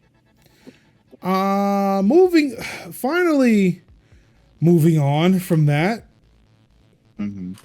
YouTubers can swear at the start of videos again without getting demonetized. I would say hooray, but this affects me none. It doesn't affect me either. Great for those who cared. Yeah, as somebody who has not made a dime in YouTube,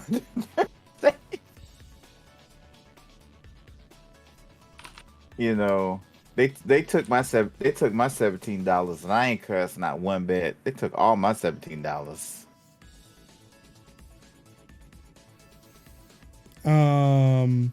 YouTube will ease its restrictions on swearing in videos after an update it rolled out in November sparked backlash from several creators, and the company will be reviewing videos that had their monetization affected by the policy.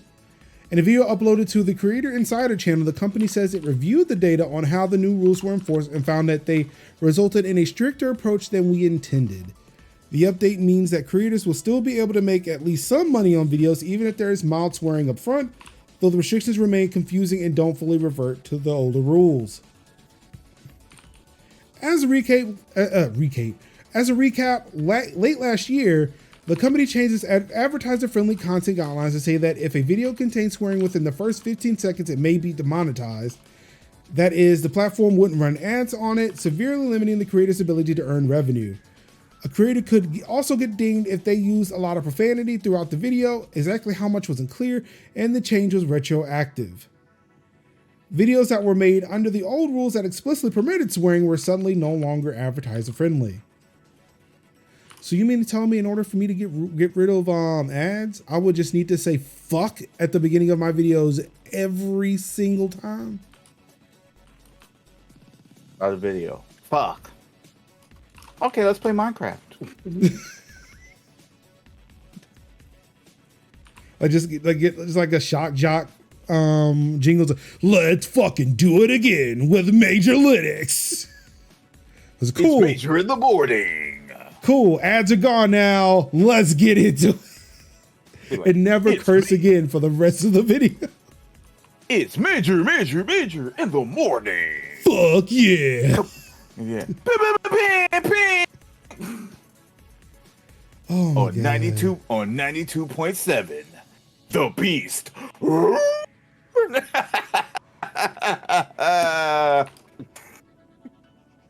If you didn't know, my favorite curse word is fuck. Just so we're clear.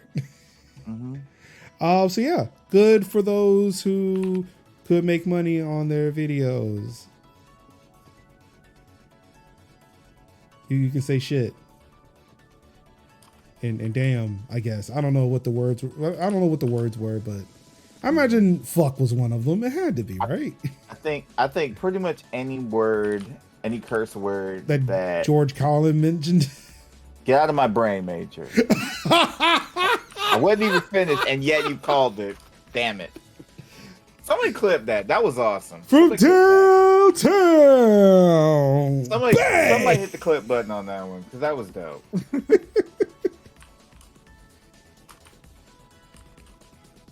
Oh my goodness. Pour one out for the homie. Public internet advocate Gigi Sohn withdraws from FCC consideration. You know, it's wild. It's wild to the fact that we are like how many years into this like presidency, and we're still confirming people. It's fucking wild to me. It would be, I would feel the same if it weren't so like blatant intentional. Right. I feel like we, if whatever reason we had a second term, we'd still be confirming people.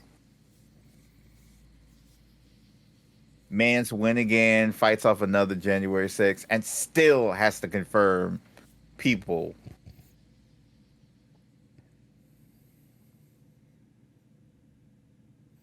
But And they don't know if they've got. Sorry, the White House still doesn't even know if we don't even know who we're going to have to replace. Because again, they have to like see. Gigi was already vetted. Ruin, why are you working, man? I mean, I guess technically I'm working now, but I say, why are you still working with it? I mean, this is like rhetorical, but why you working with Adobe? Yeah. Adobe Acrobat when everybody can use literally anything else. Anything else. Well, it's Acrobat, not Anything Reader. else. It's Acrobat, not Reader. Mm-hmm. Anything else. I mean, you can open PDFs in Word and edit them, I think. You know. Actually, yes, you can, because that's how I had to update my resume. Because I didn't know where the Word document for that resume went. I mean, I got Foxit, does everything I need for free. Tell them Tell them about these open source softwares, my guy. Let's go. I think Foxit is open source. Tycho could be. No, we're not. Tycho could confirm it for me. Yeah, Ruin. We're not saying it. We're not saying it for them. We're saying it for your sake. Yes, for your sanity. Because I'm like this is a bit of a sideways. Nobody is $500 license. Yeah. See, nobody is saying that we don't mind the corporation using expensive ass stuff. But when it breaks, it's a motherfucker to fix for the IT side of it. So it's more or less like, what would you want? Something that works and is functional and is cheap. Like, say, we don't care about if the company has to pay out of the nose for it. We care as IT professionals that every time it breaks, we have to stand up there and spin plates for this expensive broken ass piece of shit that it is. Because leadership has a problem with, I've always used Corel. Corel sucks and it's outdated. Use OpenOffice and get your shit together. I don't give a fuck if you don't want. I don't give a fuck if you want to spend $200 a license for Word. Fuck it, but it's a piece of shit. Word ain't a piece of shit. But thank you, Tycho. I say that to say this: Foxit is free. It is. It's open source. Oh, it's free, but not open. He's not sure if it is open source. Not sure if it is open source. I'm gonna look that up. But yeah, it is free. So, in vehicle news, hey, remember last week when we talked about how Volkswagen tried to get a police, or actually no, they successfully charged the police department to find a car that was carjacked that had a missing child in it because the CarNet service had expired, like built-in Find My Car shit. VW has said, you know what? Yeah, we fucked up. Our bad. So 5 years of free vehicle tracking on Volkswagens. On cars 2020 or newer.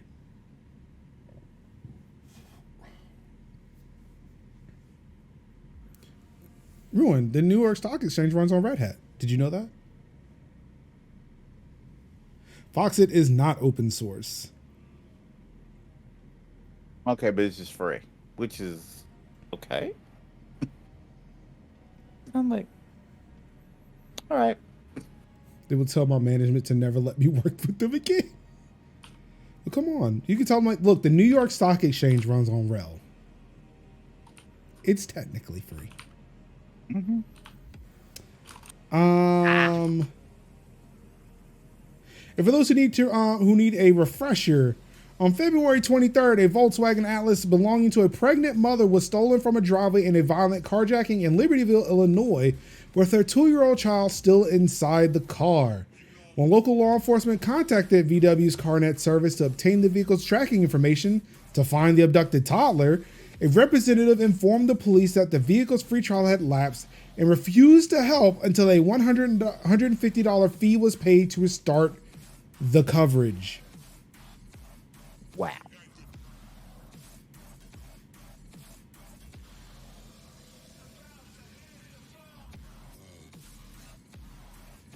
VW's strict adherence to company policy delayed law enforcement by 30 minutes, according to the Sun-Times. Thankfully, the missing child was located by police officers unharmed in the vehicle later abandoned in a parking lot. The pregnant mother was taken to the hospital in serious but stable condition. Yes, Ruin, this was last week or 2 weeks ago, maybe. It says the 23rd. And yeah, so if this is the 23rd, then yeah, we talked about it 2 weeks ago. Yeah.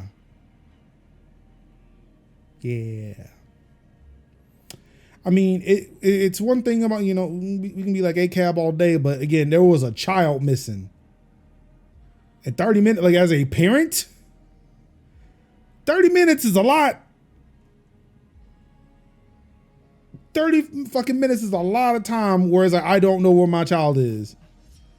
Especially for some fucking person to be like, yeah, I don't care who you are, but I will not help you unless you pay me $150.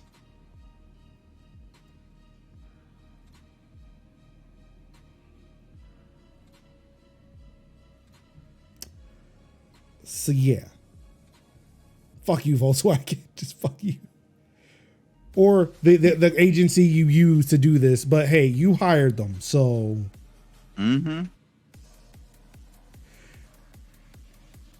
I'd rather fuck up and accidentally give out a free sub than risk being directly responsible for exactly. And to be fair, like, so according to the previous story, they're supposed to do that. They're supposed to cooperate with law enforcement. It's just one motherfucker was like, yeah, I don't know. Money, please.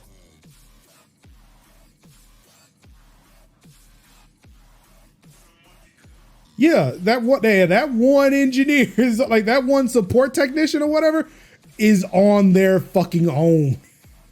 Yep. Yeah, they are cut off. That was it. Like when like Volkswagen was like, no, our policy says they are supposed to help in a police investigation, and this one motherfucker was like, no. Mm-hmm. Yeah. They were like, you are about to be the scapegoat. Somebody got fired that day. Especially when the story came out. Oh yeah. Quick fast. Like, I don't know who told you that thing. So in an article, which I'm just going to lump Tycho in because Tycho is definitely like the conspiracy brother in the community. I will always see Tycho as conspiracy brother. The FBI finally admits to buying location data on Americans, which is definitely a big, we told you so. I mean, like the black community was, dude, they were already, yes. The barber shop was like, no, seriously. Like, shocked. Mm-hmm. This is my shocked face. Yep. The barber shop is literally a smoldering wreckage by this news because it's like, of course we told you that. The entirety of Black America was like, yeah. But at least they had to pay for it. I mean, wait, Tiger, what do you mean? Oh, I'm sorry, Takal, what do you mean? Are you serious? Like, are you serious? In which I lumped you into this, or did you not believe this?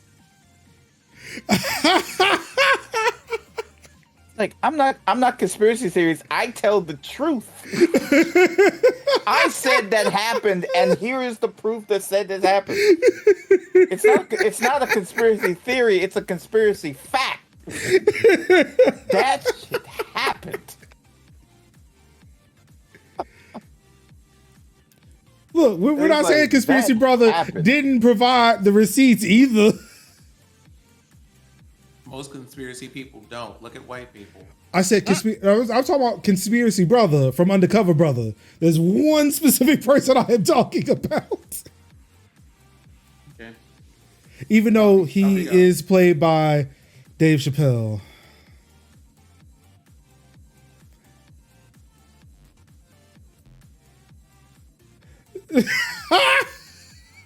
Kill moves.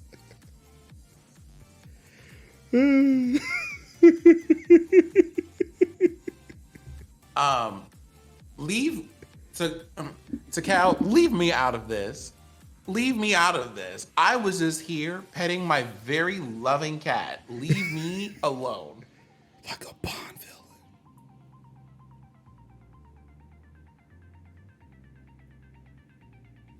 villain. FBI director denied that the agency currently purchased location data. I don't care if you currently did it. The fact that you did it in the first place is not great. Look, look, we were killing people before, but look, I'm a pastor at a church now. You can't arrest me for that. Y'all out here acting like I was killing folk.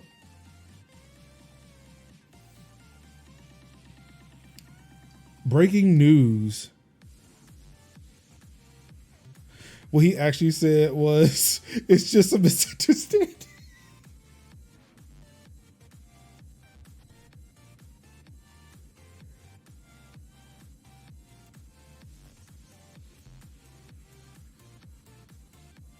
Wow.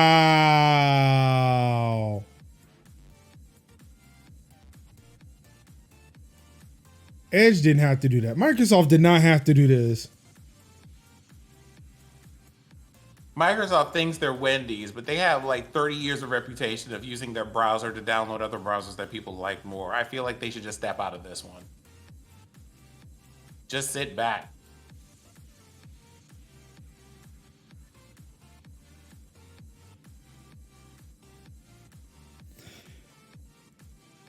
Wait, not Microsoft Edge responding to a bot.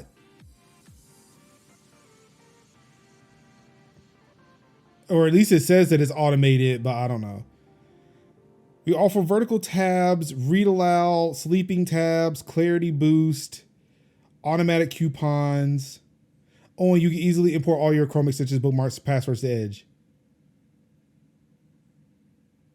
I need them to do that for all my passwords, but it's a Bitwarden. Thanks. Well, Chrome does offer sleeping tabs. It also offers clarity boost. And you can get an extension for the rest of this shit. Like, what the fuck? If I were Chrome, my only response after reading all of that would be, nice of you to catch up. And a peace sign. Wow, there actually is a Microsoft Edge fan?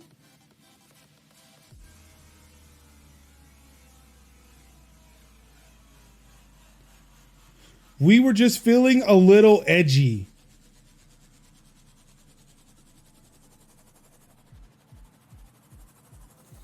I'm done here. I'm done. This is what happens when I show up on Twitter. Huh? What happened? I said if I hang up this call, it's your fault. As I know, I didn't know Clarity Boost was a feature. Yeah, so Clarity Boost is kind of like an update. So with Microsoft Edge, they also got that RTX thing, but theirs works with AMD cards as well. Which I guess you could say, hey, an advantage, but I guess.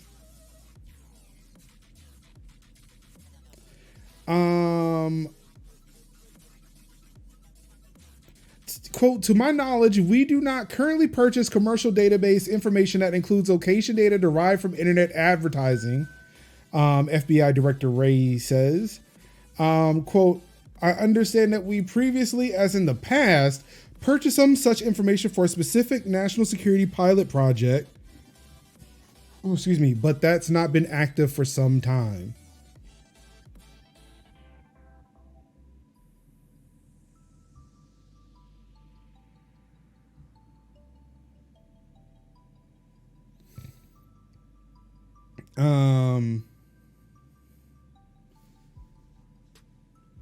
Let's see here. Initially, the FBI and EFF did not immediately respond to R's request for comment, but the EFF did get back to R's. The senior staff attorney Adam Schwartz told R's, quote, U.S. government agencies must not be allowed to do an end run around the Fourth Amendment by buying private information from data brokers who collect information about the precise movements of hundreds of millions of people without their knowledge or meaningful consent.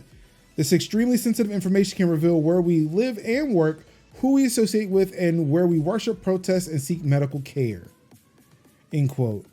Demand Progress policy attorney Sean Vidka told R's that there is, quote, no sense of the scale, end quote, of how widely location data is used by government agencies, noting that, quote, people like Senator Wyden have been asking the intelligence agencies to be transparent, and they have absolutely failed, end quote.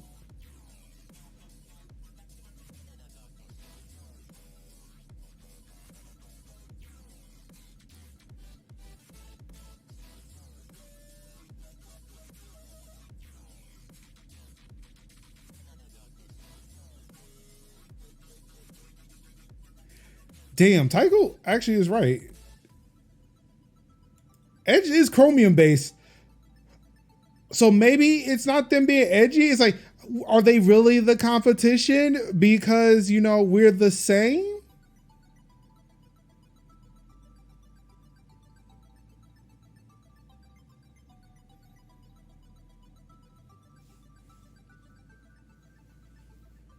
Oh, we knew it was. Oh, yeah, I saw that.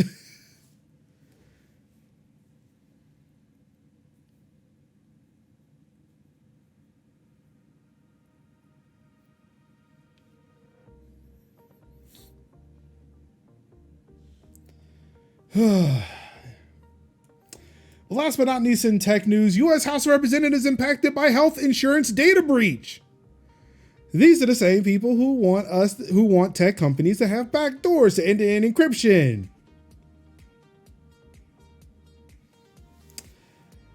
But sensitive information for members of Congress and their staff and family members have been exposed in a data breach.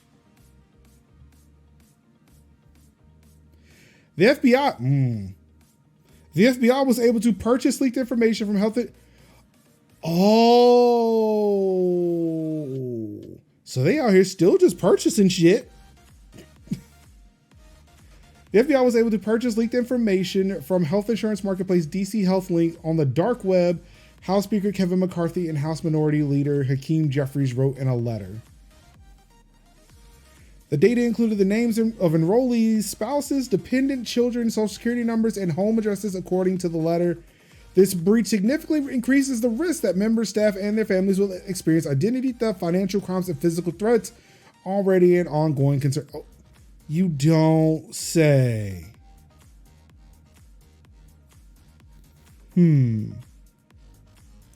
Yet, y'all want backdoors to encrypted information. Yeah, no, dog. This is a big no for me, dog. It was a big no before, but you know, well, it's still just as big because it's like the biggest no you can possibly have to you having backdoors to shit.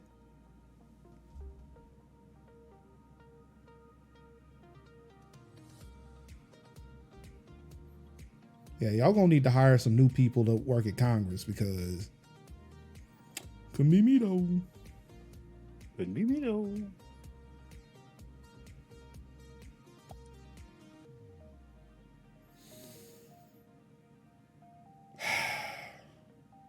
Maybe it was one of those concessions that Kevin McCarthy wrote, where I agreed to become House Speaker. Yo, just like the data, just like it. But a bit of good news to end the tech section today. Micro Center is expanding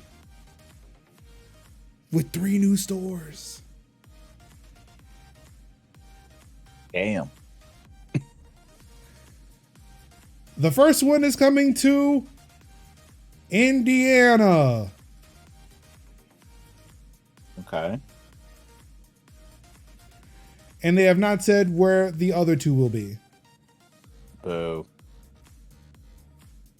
I just need one in GA that is not in the Atlanta area, please and thank you.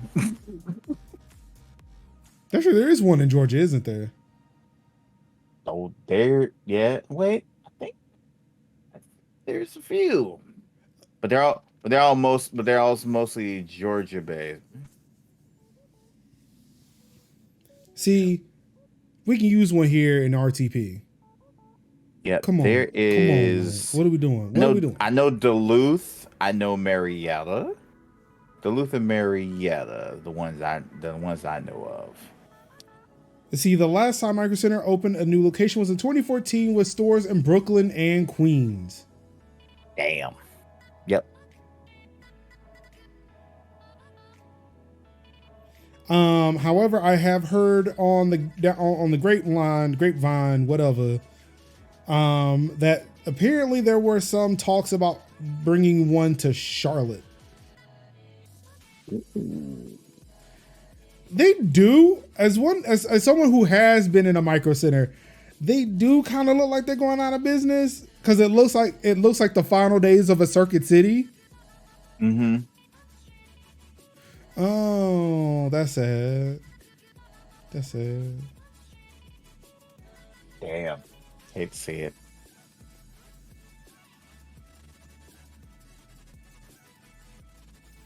I mean, don't get me wrong. Like, so I was at the one in Aurora, Colorado, just outside of Denver, and it was stacked, but it there's barely anybody in there that would help you, especially if things were behind cases.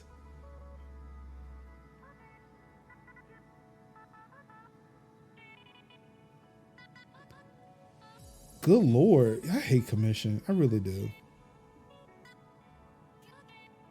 You ain't got no Best Buy ruin?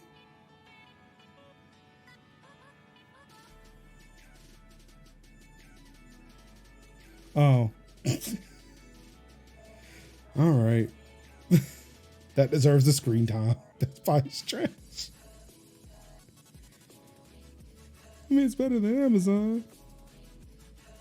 Look, it's better. I don't know. Maybe it's not. I don't know. But yeah, something like a Micro Center. Especially back in the day when we fucking had Tiger Direct, CompUSA. Mm-hmm. Cause see, computers were like big business. So computer shops were like out there. So, but now computers are more like seen as like accessible but niche. Well, like, oh, you can go to Target and get one. I wouldn't say niche, but desktops I would say are niche. Yeah. Look, in a certain way, we can sit here and be mad about it's coming back full circle to like how people used to experience computers in the first place. You had to go into an office to get on the computer, but now everything is just mobile devices. Get that iPad and you're done. Look, at one point I considered working the Geek Squad. And that was within the last 2 weeks. I see that. But again, that was back when I was unemployed. It's time for gaming news. Who's ready for gaming news? I would be ready for gaming. I am. But before we get into that, hey everybody, this is everybody's reminder in the audience. This particular broadcast is brought to you by Major's House, which provides managed IT services for content creators, from websites to chatbots to community and streaming services. All of which you can get by heading on over to majorshouse.com. Once again, that is majorshouse.com, helping you take back your content since 2012. And now onto the gaming section. I'm mad I am gesturing at a monitor that nobody can see.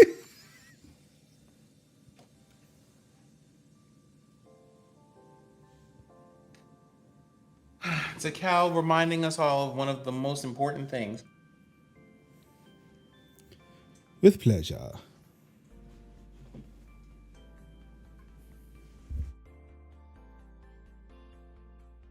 And with that, because Takao took the time to remind me of that, I'm going to do that. I'm also going to see about getting Grandma over here a little bit of food. Alrighty. And while Sin does that, we'll go ahead and get started with some of the gaming news. Nintendo is taking Wii U versions of Mario Kart 8 and Splatoon offline. They're taking it offline as it attempts to fix a security issue related to online play. Quote, this network service is currently unavailable due to urgent maintenance required to fix a vulnerability related to online play. We do not yet have information on when network services can be restored. We apologize for any inconvenience caused. End quote.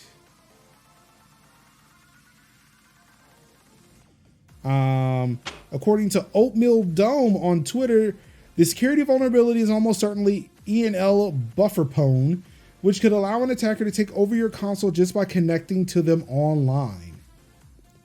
This exploit affected many of Nintendo's games on the Switch, along with Mario Kart 7 on the 3DS.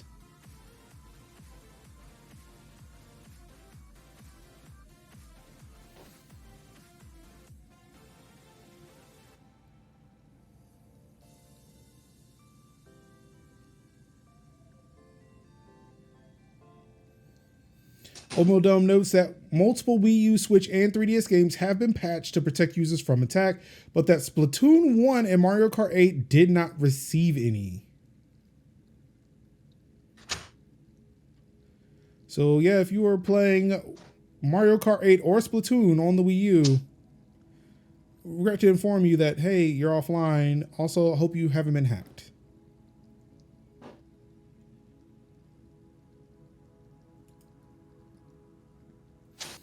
Another Tycho article, because he loves his joysticks. These $27 Joy-Con sticks are drift resistant and easy to install. The Hall Effect joysticks are the answer to this problem, and a company called Gully Kit sells replacement Joy-Con sticks for about $27 a pair at Amazon. They claim to be drift resistant due to relying on magnets to send input signals rather than needing the stick to physically rub on the sensor to register movement. It's not new technology. Sega used them in the Dreamcast controller, and both Gully Kit and 8-Bit Do make some fantastic Switch controllers featured here that have them too. Yes.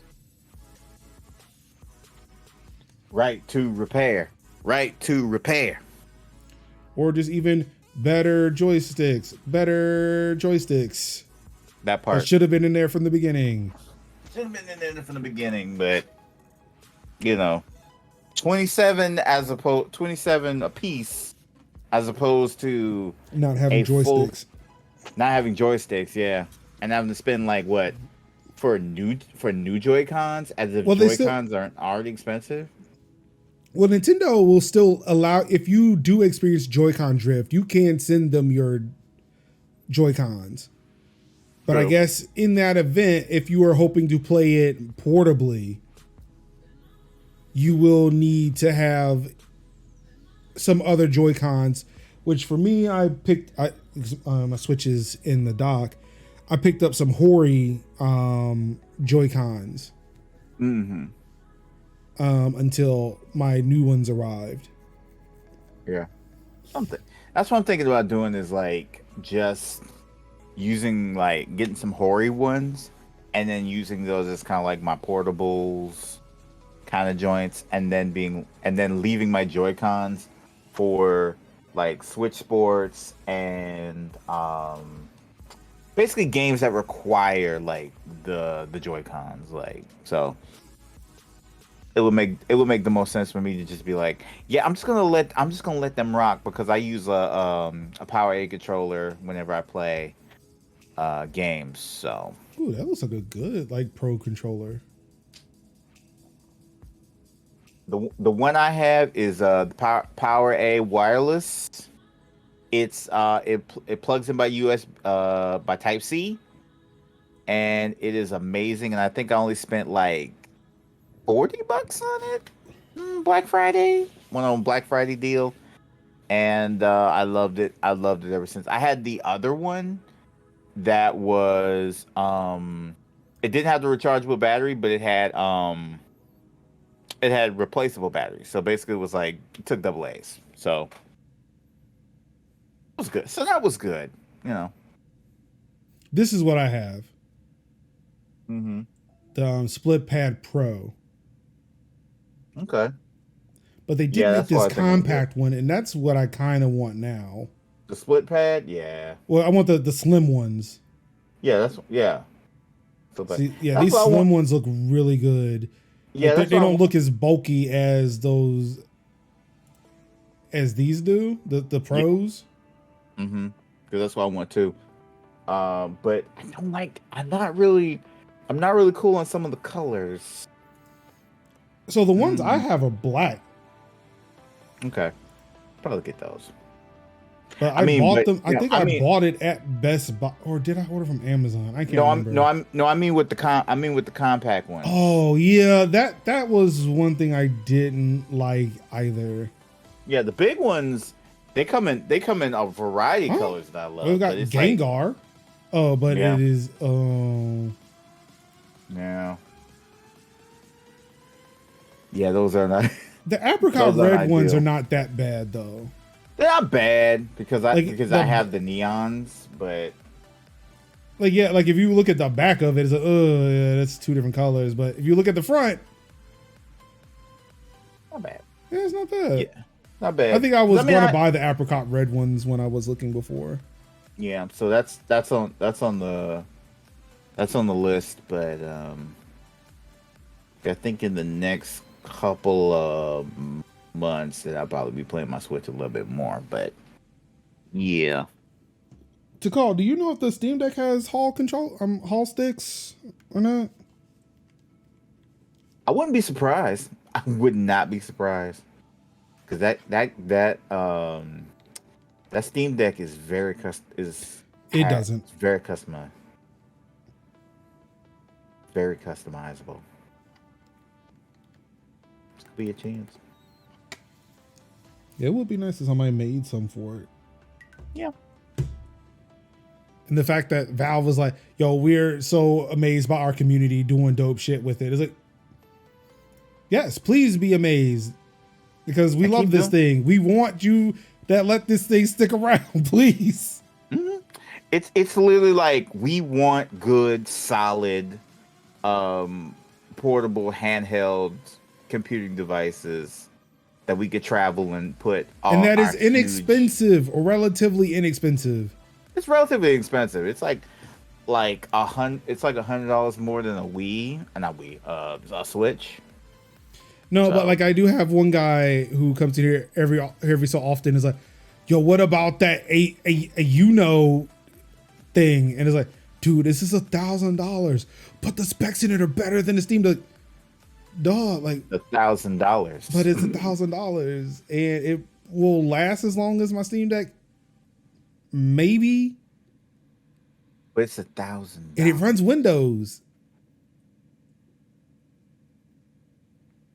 It's like, I think, like I hear what you're saying, but you lost me at $1,000, bro.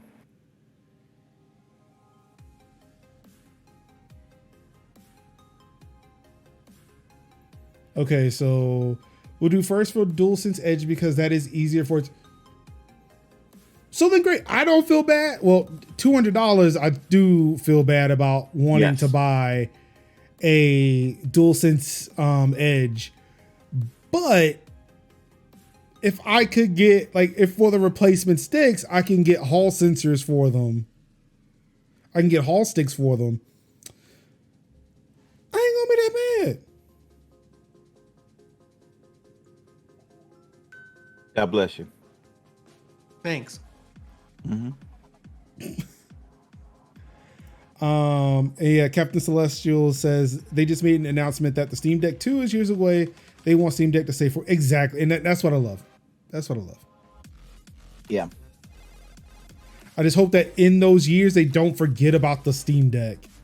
But I don't think, because I am pretty sure they are making hand over foot in money.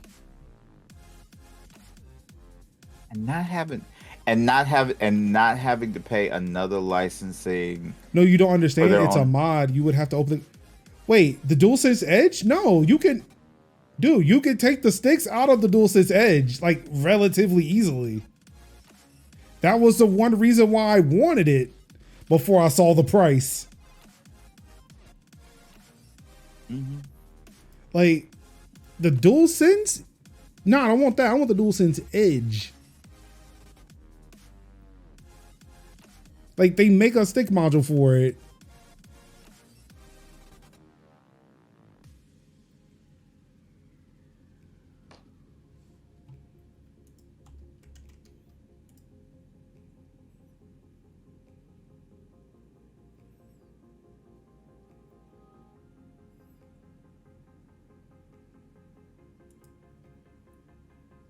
Yeah, like you could easily pop that off. Oh, and there's the Gully Kit tweet. Yeah, you could easily, like, you can pop that off, and they got these little tabs, or no, actually the tab is a part of the thing, because I think these are other shortcut buttons. But it's these switches that help you pop the sticks out. Like, they make them to be replaced, like, fairly easily. Yeah. Which I like. Yeah, and like, that's why I was like, again, like, I don't use my Elite Series 2 controller because it has stick drift. Actually, now that I don't really care about it anymore. I wonder if there are Hall sticks to install into an Elite controller if I took it apart. That's what I'm getting at. See, now Takal is there with me. Now Takal is there. That's my whole point. Like, because, like, once they release that, it makes more sense to buy this. But until they do, that's still just a dream. But if they made replacement sticks for a series, for an Elite Series 2 controller, I would definitely try to buy them and try to mod the controller. Right. NVIDIA is releasing a fix for GeForce drivers, for the GeFix driver that was causing CPU spikes. Some users are seeing CPU usage go up by 10 to 15% after closing games on the latest NVIDIA driver. And just so you know, it is available. NVIDIA has issued an optional hotfix that corrects this issue. If you're not seeing it, doesn't make sense to update. So, hey, that's on you. For me, it's whatever. Yeah, I heard about the issues, and I was like, I didn't update yet because I was like, let me wait for an addendum. Yeah, I will always update, but again, I've not had an issue with mine, so yeah, I'll probably update and I'll check back with you, but yeah, I don't think I've had any issues. Though, quick note, I had like a weird issue that happened with Fortnite because I've been playing a little bit over like yesterday, I think today, and I was like, why is this thing why is this thing stuttering so it was like stuttering in the middle of like firefights and such, but then it would kick in, so I'm like, what's going on? So I open up task manager, and like CPU had spiked up to 90, and I was like 90% utilization, and I was like, oh Lord. And so I was like, something's up. Let me turn down some of these settings or whatever. And then I find out, oh, the game was like, hey, do you want to run unlimited frame rates? And I'm like, no, I don't want that. I don't want that at all. I don't need that. It's running at I'm running at 60 hertz. Dropped it to 60 hertz, and it was like, oh, 30% now. And I was like, see, that makes more sense. What are you doing? And then there was still light stutters and hitches, but it wasn't as hitchy as it was. It was more like, which again, you don't need a lot of hitches in the game in like a competitive esports type title game, but it was just more like light stutters. So I might have to do the thing of turning down the settings. I know I might have to run it at high instead of epic. I'm a little disappointed. But wait, what game is this? Fortnite. You're not able. Are you streaming it too? No, I was just playing. I was just really just playing, and it was just like I understand if it was like, yeah, if I was streaming it and it was giving me these issues, which it did happen, but then it was also giving me issues when I wasn't streaming it. So then I was like, yo, let me check and see. Let me check see what these settings are set on. And that's when I found out, oh yeah, it's unlimited. And I'm like, unlimited on Epic? Yeah, I probably should turn Yeah, I'm that gonna have to down. get back to you on that because that I feel like both of our computers should be able to handle that, like Yeah. over 60. But Yeah. yeah, yeah. But yeah. I mean, It granted, was like you just, have the 7 and I have the 9, but I feel like that shouldn't yeah. be that much of a difference. But It really should not be that much different, especially with Fortnite. Like, I mean, no, well, yeah. because of what happened last time. Yeah. No, Yeah. there would be that. Unreal 5 is a beast. And see, I've never had any issues with other games stuttering and hitching with me. Mind you, I play a lot of indie games, so it really doesn't get that much taxing. But when I was playing like No Man's Sky, no issues. That would be the game that I would expect to have issues with. But again, like your computer can handle that. What I'm saying is, it is Unreal 5. Right. I am telling you what the problem is. It's Unreal 5. Yeah. So it's like the one game that's like that I play on a regular basis that would be quote unquote grammatically taxing was the thing that was giving me issues. But it was like mostly like light stutters. I'm sorry. You meant graphically taxing, right? Yeah, graphically taxing. I said Because that. you said grammatically. Okay. Yeah, so I was like, wait a second. Hold on. Graphically taxing. So But yeah, grammatically, like, what does it look like when a game is grammatically taxing? it's like, that's a lot of words. It's a lot of words. It's a lot of words. It's a lot of words coming Oxford comma. Mm-hmm. It'd be like, my eyes God. on the Thor's. But A game in which you can only win if you put the semicolon in the right place. That's typing of the dead. Well, no, they tell you, like they give you the order because you're typing the word. Yeah. like that's not like that. That's just that's like Mavis Beacon teaches typing if she was in The Walking Dead. Yeah. But yeah, that was the like one some thing that was Jonathan kind of Blow giving me shit. issues. That's some Jonathan Blow shit. A game that's grammatically taxing. Yeah, that is definitely Jonathan. Jonathan Blow, little fish. Oh damn. But yeah, so that was a little bit of the issue that I was having, which is like I need to get that under control so I could stream Mega tomorrow. So Yo, I'm like, what? let me know. Hey, hit me up, dog. Like I'm literally I don't know exactly when I'm gonna be playing Mega Fortnite. Oh, okay. Let's make sure we were talking about Fortnite. Mega is the name of the new season. Oh, okay. Because it was like last season was. Hold on, let me check my calendar. What was the last season name? As long as if we play and wrap up before 1. See, I don't know because I think because I'm trying to figure out what my Friday is gonna look like because my Thursday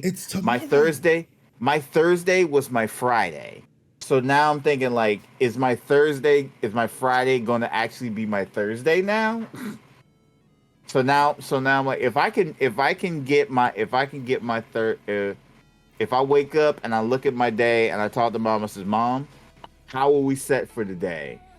And then it's like, are we good? This is what you should do the night before.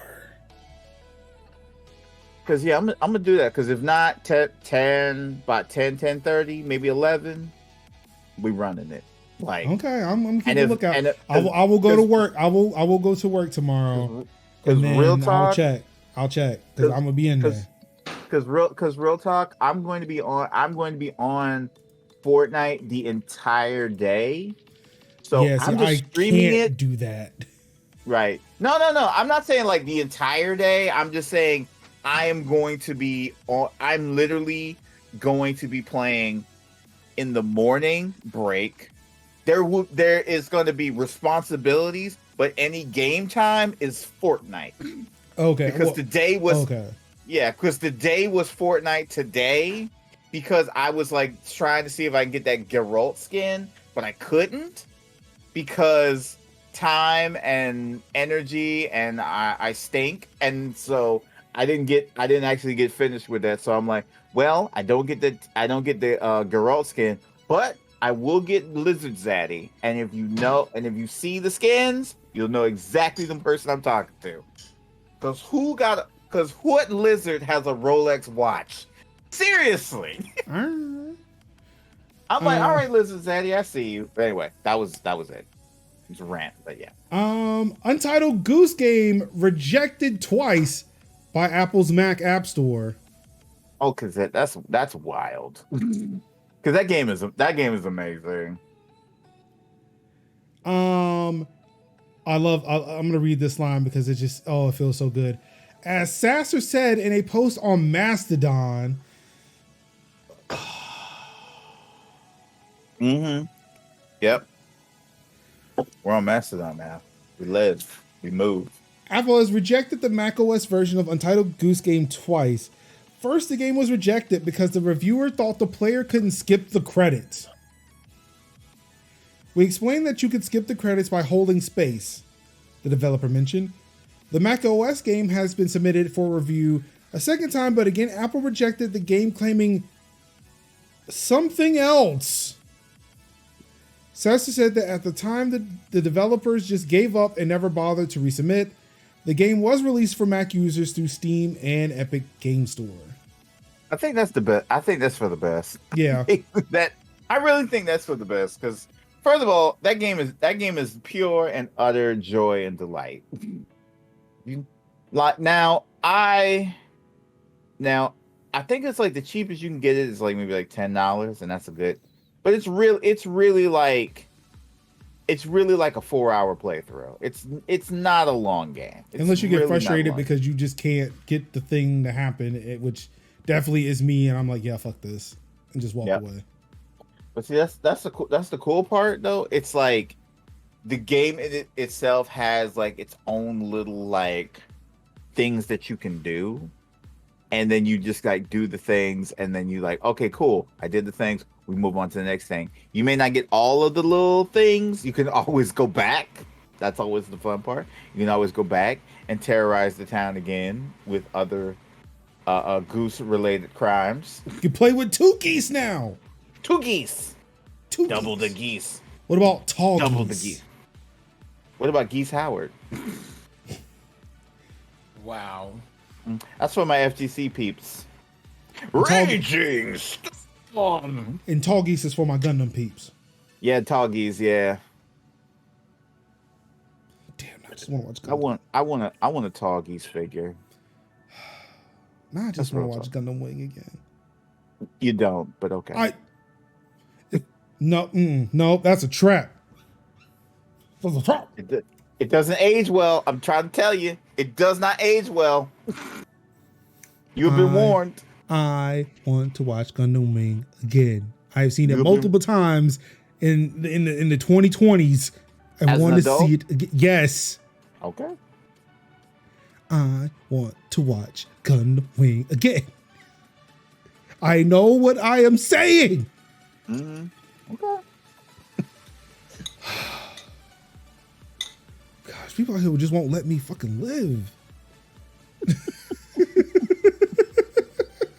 Stardust Memories. Ooh, that's a good one. Coming to Gamecast in March, Guilty Gear Strive, Sid Meier's Civ 6, Valheim, and more. Dead Space 2, Dead Space 3 is also joining from EA Play in the cloud. I guess Valheim is finally coming to console. Sid Meier's Civ 6 coming to cloud, console, and PC on March 16th. And Ni no Kuni 2, Revenant Kingdom, The Prince's Edition. Mm-hmm. Coming to console and PC on March 21st. Yep. Or as I like to call it, why use a sword when you have a gun? Bang bang. Yep, exactly that. Bang bang, shooty shooty. Yep.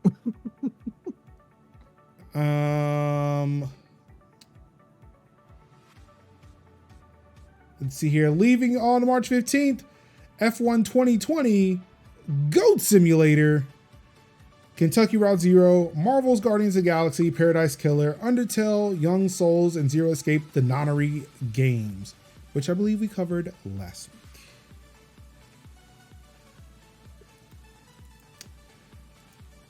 And going back to Epic for a second, Epic will now let developers self-publish to the Epic Game Store. So Epic is now becoming more like Steam.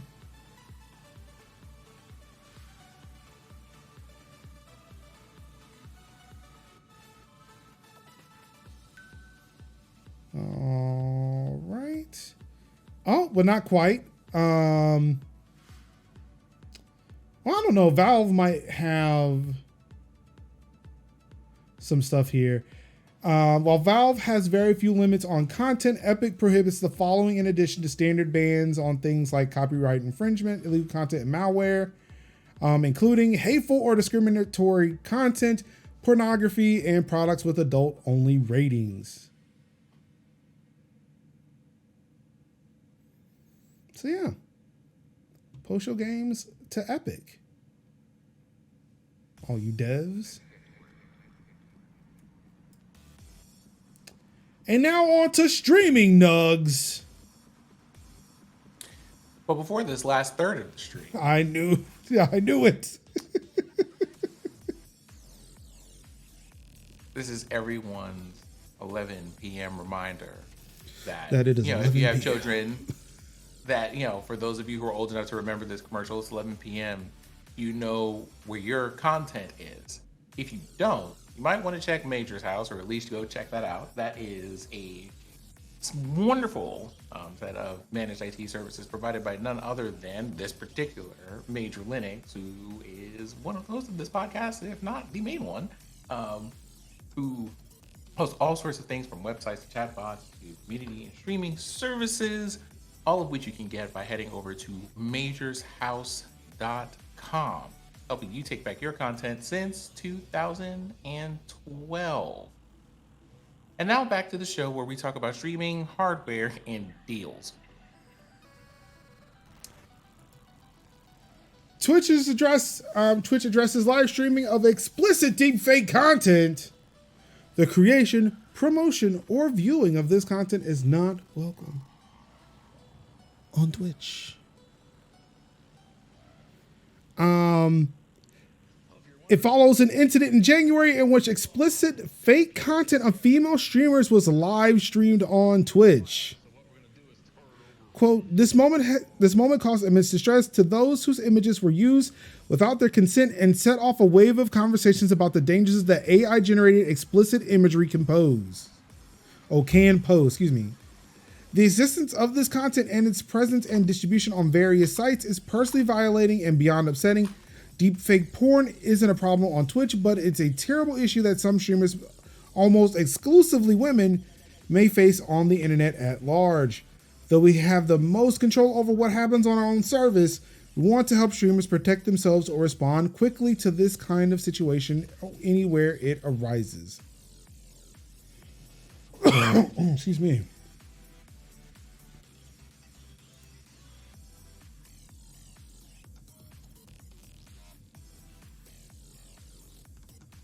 So our resident more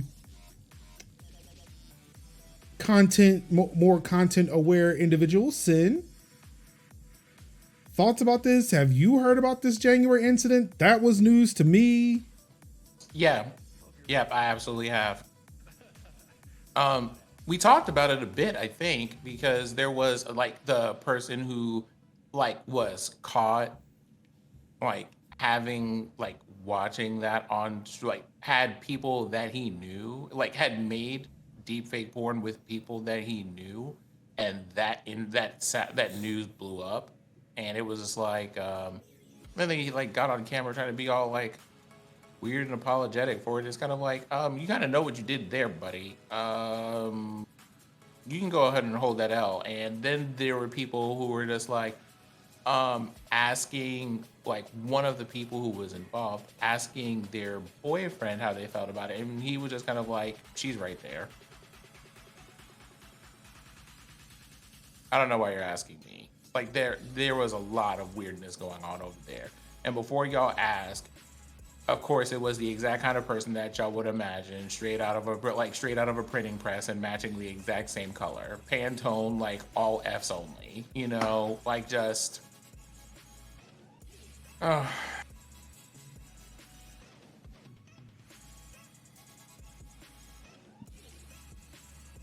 And it was wildly unnecessary. And it's one of those things of being like,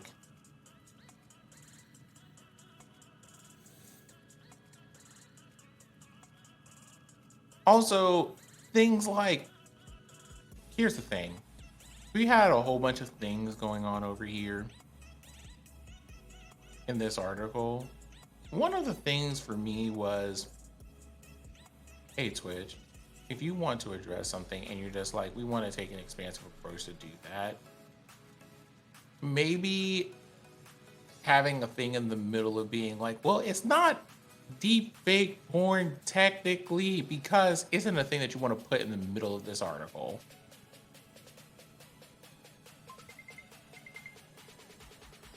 I feel like when you're dealing with something like that, where people are being like exposed to a whole thing, like a piece of content that someone decided to make involving multiple people without their very express consent, and it was broadcast on a whole bunch of things, I feel like that's not the time to just be like, well, let's have a very particular education about what these terms mean, and probably just stick to the, here's how we address this problem so that it doesn't happen in the future, and here's what we took into consideration in order to make that happen and keep that right on moving. Again, at the beginning of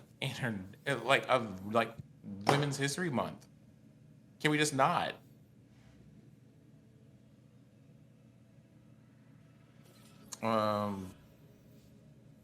Other than that, I don't know what more there is to say about that, except that it's weird, it's strange. It always is whenever this stuff happens. I don't know if there was any follow-up here in terms of that person being nuked from orbit as far as their account is concerned.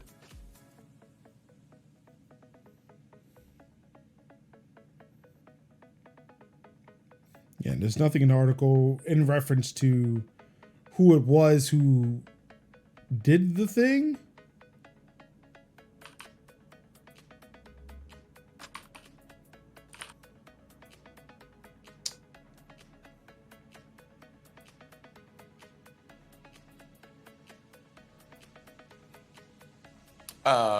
Oh, well, I mean, if you wanted to know that, there are a couple of places that you could probably follow over here. Yeah, I don't want to know. I was just saying, like, there was no updates in this article specifically that say, hey, we removed them. We got them, boys. But yeah, if you happen to need to know who, like, who that is or what happened there,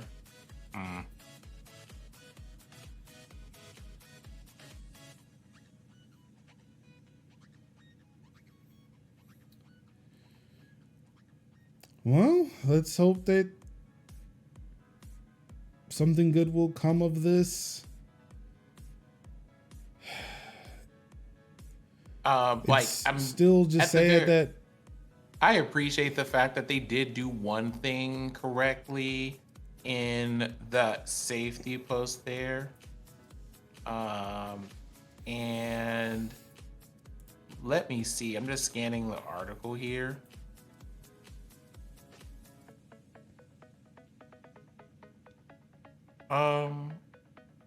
I appreciate the fact that because this is like one of those fine lines to walk. At the very least, they didn't decide to put out there the names of the people involved in bringing unwanted additional attention to the people who were impacted by what happened. And I appreciate that part of this article.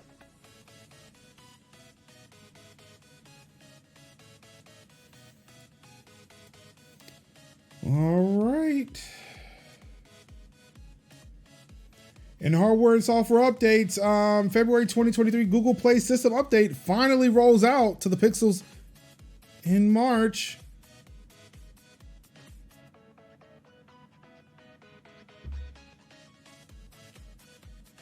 Yeah, you heard that. Yeah.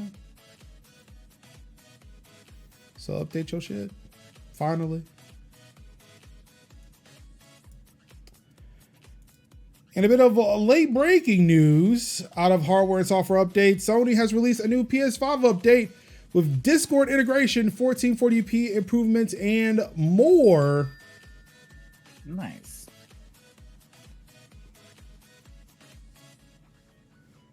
I mean, not everything's perfect. You know, I'm just saying. So I got everything.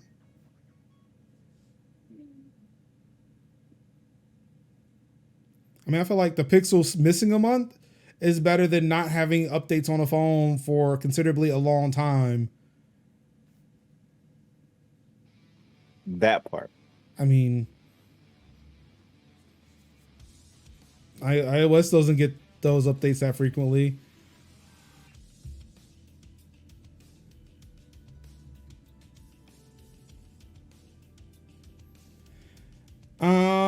Let's see here.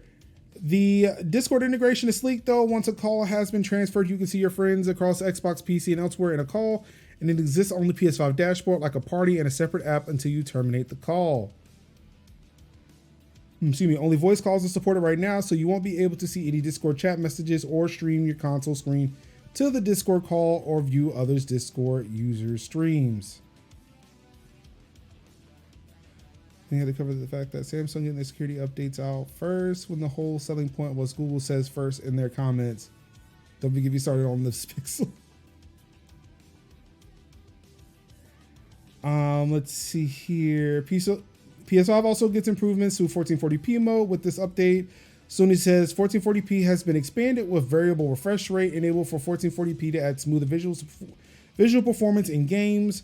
More modes and HDMI devices are now supported for 1440p, so if your monitor was missing during the initial 1440p rollout, it might just work now. What? No. Bad PlayStation. Sony is improving its voice command support. Why do we still have voice commands in consoles? What are we doing?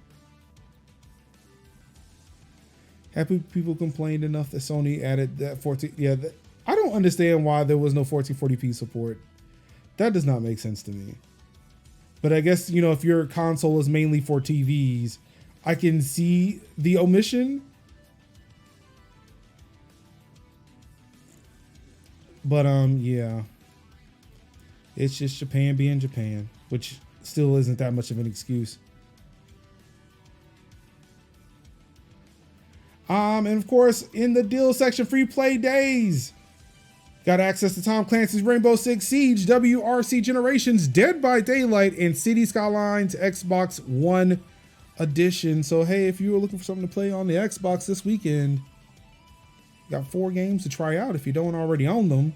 Unfortunately, I'm going to miss out because I am going to be out of town, which leads me to the end of the show. Of course, this weekend I will be in Myrtle Beach. I'm leaving tomorrow afternoon. So, of course, there will not be a major plays again. Eventually, we'll get that back up and running. But no major plays this weekend or this Friday, as I will be on the road to Myrtle Beach for my sister's wedding. A little update, and of course, as Sinziak has been pointing out, yes, I do have a business. It has not just been started. It has definitely been around for over 11 years or over 10 years. It's almost at 11. It's been around for 10 years, but I've always viewed it as a project because I have been working a 9-to-5. Through conversations with my wife and my therapist yesterday, though, I decided to give up on the title of unemployed, say that I am self-employed, and this is what I am doing for work now. So Major's House is official. It has been officially launched. I'm in the process of making sure things get moved over.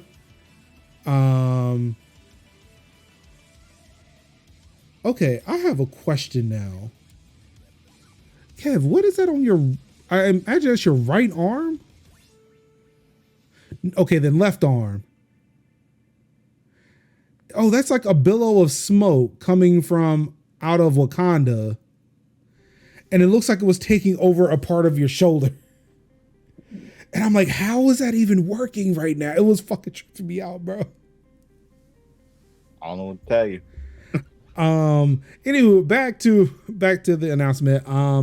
Yep, so Major's House is officially live. I'm definitely looking for new clients, or if you don't really need the service, or services that I provide, hey, you know, seed money is also great too, right? So, either way, if you can help through clientele or through helping raise some capital for the venture, I would greatly appreciate it. Of course, you can go to majorshouse.com to see what services that I do offer. There will be more added as time goes on.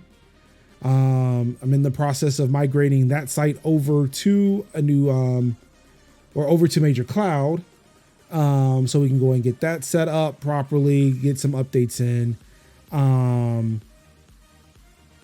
But if you do want to help out with some seed money, I would definitely appreciate it. Will not say no.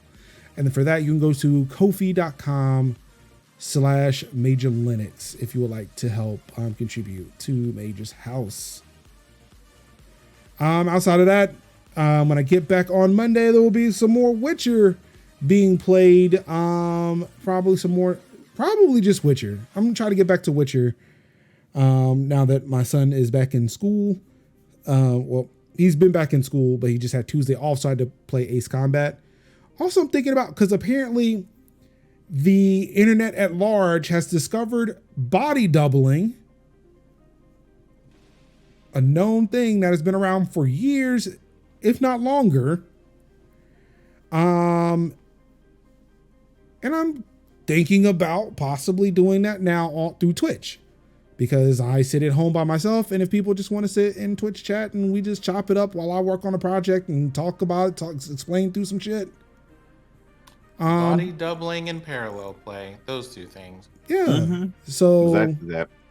Although I guess like most people just like do those things without knowing what they are or that they have specific names. right, and like that's what I'm saying. Like it's been a thing for a while.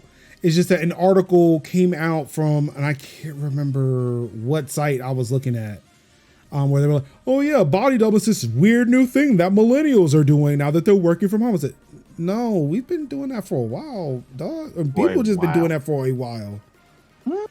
Like, what are you doing? Like, there's like, there's like two whole sections on Twitch for that.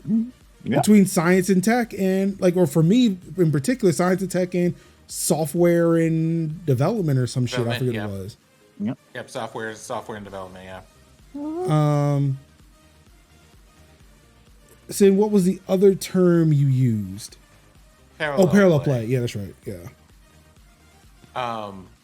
For everyone listening at home, parallel play is basically the thing that you observe with kids where that's where most people observe things because, you know, kids.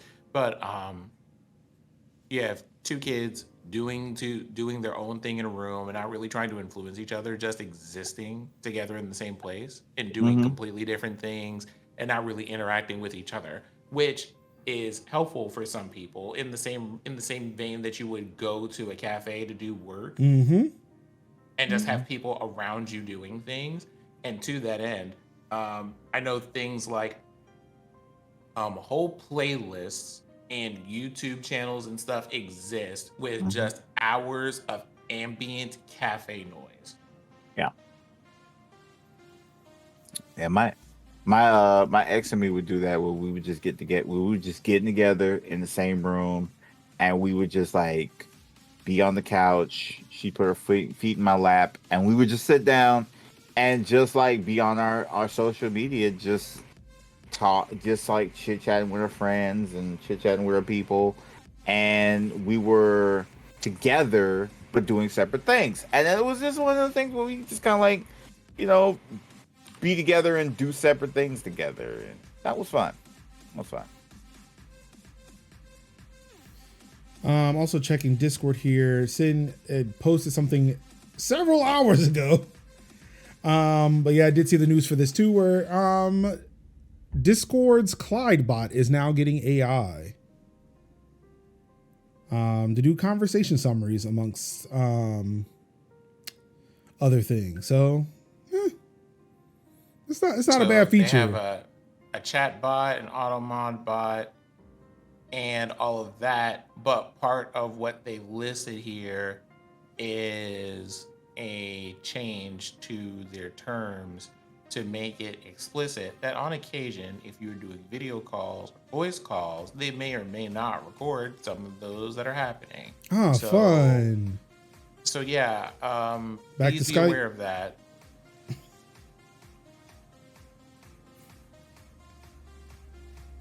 Or man, if there were other, platforms that exist that we could actually do calls like these, I've seen them. Anywho, but yeah, that was kind of a thing that snuck up over here and was on the radar that I saw today because I believe they dropped that announcement. Let me look today. here. It was today.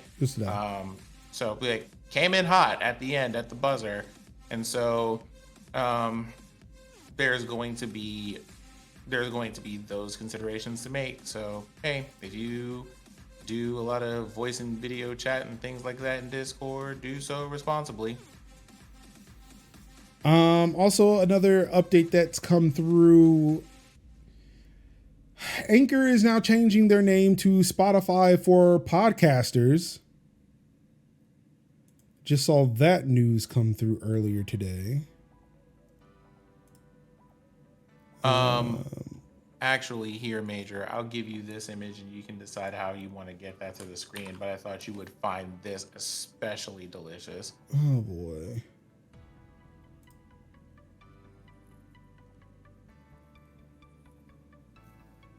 Let's see here. Switch over to this. Discord will possibly record your video calls, voice calls, and channels, including screen shares. They have removed, quote, "We generally do not store the contents of video or voice calls or channels." And, quote, "We also don't store streaming content when you share your screen under the privacy policy, which was effective from March 28th, 2022 to March 26th, 2023. And still effective as of now. Privacy policy, the information we collect certain information when you use Discord. This includes information you provide to us, information we collect automatically, and information we receive from other sources." And that's what I'm thinking too. They're probably scrubbing voice data, but that's the part that doesn't make sense. Because I'm all for conversation summaries where they would have to scan the text of the channel to provide context as to what you missed since you were last in the channel. That I get, but voice calls don't need that kind of recap. No. Screen shares don't require that kind of recap. So, yeah.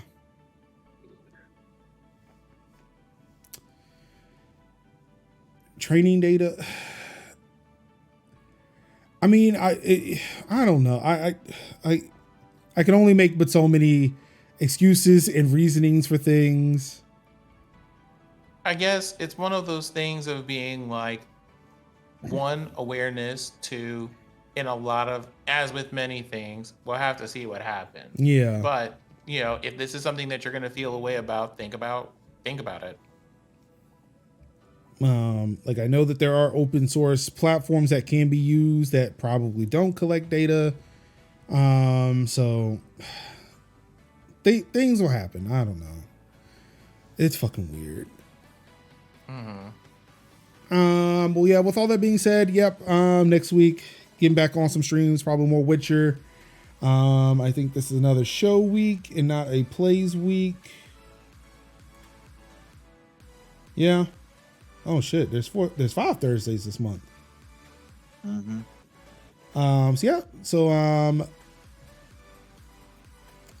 See what goes on. There may be some body doubling streams, as the olds want to call it, or millennials who just don't have a fucking clue.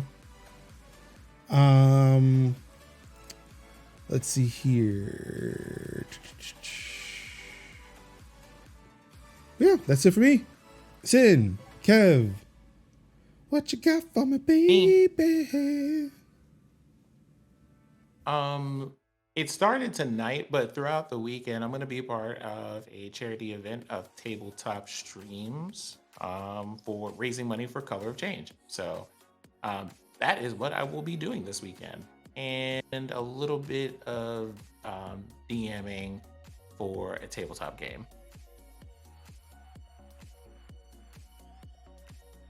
Kev. Yes, sir. What you got going on? Fortnite, and more Fortnite. Probably a good chunk of the weekend. Probably prepping for extensive yard work next week, or at least getting all the pine cones and sticks out of it. Basically, clearing out for spring, and mostly just be dabbling with some indie games that are coming out, because I'm telling you, the indie space is about to set ablaze over the next couple of weeks and months. So looking forward to that. Coloring stream, we did the inaugural coloring stream on last Friday, and then we did a bit of a coloring stream, hybrid stream, think was Wednesday, and that was nice. It was good vibes, good chill. The second cam worked. The 2-cam system worked, and it was just nice. We colored. Let me show you one of my latest creations. Created this one. Probably can't see it because of the green screen. A little bit afflicted, but I kind of colored him in the vein of Hinata from Haikyuu. And if you look closely, his colors are not of Kurosono. They are my high school's colors, green and gold.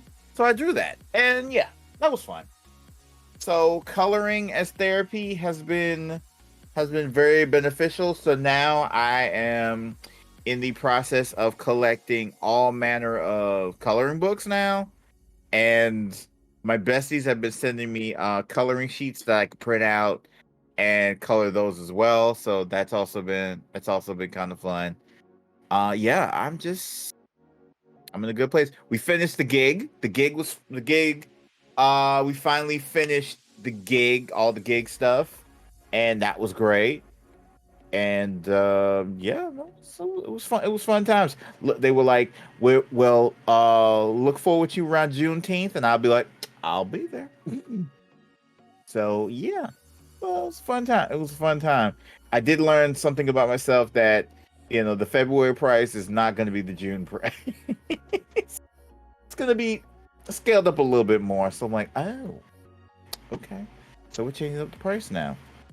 And so yeah, we had a good time, and I finished that up. And so yeah, this weekend is good chance is just probably going to be Fortnite, because we need to secure Lizard Daddy. Lizard Zaddy, because again, that lizard had no business having as much drip as it did. I just seen that cinematic trailer, and I'm like, the lizard did not need that much drip. Why does this lizard have gold chains? Why does he have a Rolex? What is up with this? Canada slide? I beg to differ. So I'm like, I have thrown my hat in support of Lizard Zaddy. So yes, we support, and that's good, and that's what I got going on for me. Dope. Well, without any further ado, thank you everybody for tuning in to another episode of Tech Talk Thursdays, a Major's House production. Hey. I mean, the logo is right there. This is right there. It's been down there the entire. The way people are saying like, dude, like you could start your own business. Like, what do you like? Look what you do. You can start your. Y'all, you not know, y'all seen this logo? It's been around for like for a time. There it is. It's been there. That logo's been there. Check the tapes. Major's house has always been there. But yeah, thank you all so much for tuning in. Really do appreciate it. Of course, on behalf of Kev, Sinziak, y'all could have been anywhere in the world, watching any stream in the world. Could have been reading the tech, gaming, and streaming nugs yourself, but you said no. We like to support small businesses out here. We see you, and I see you too. I see you too. I see you too. I have you. Sorry. For those who understand the Drebin. Oh, I know about Drebin. Oh, we know about Drebin. We know about Drebin. Him and his coke addicted monkey. Not the drugs, the soda. I have you. You. Thank you everybody for tuning in. Of course, all I've got left to say to you wonderful people out there, I love you. Peace. Wakanda forever.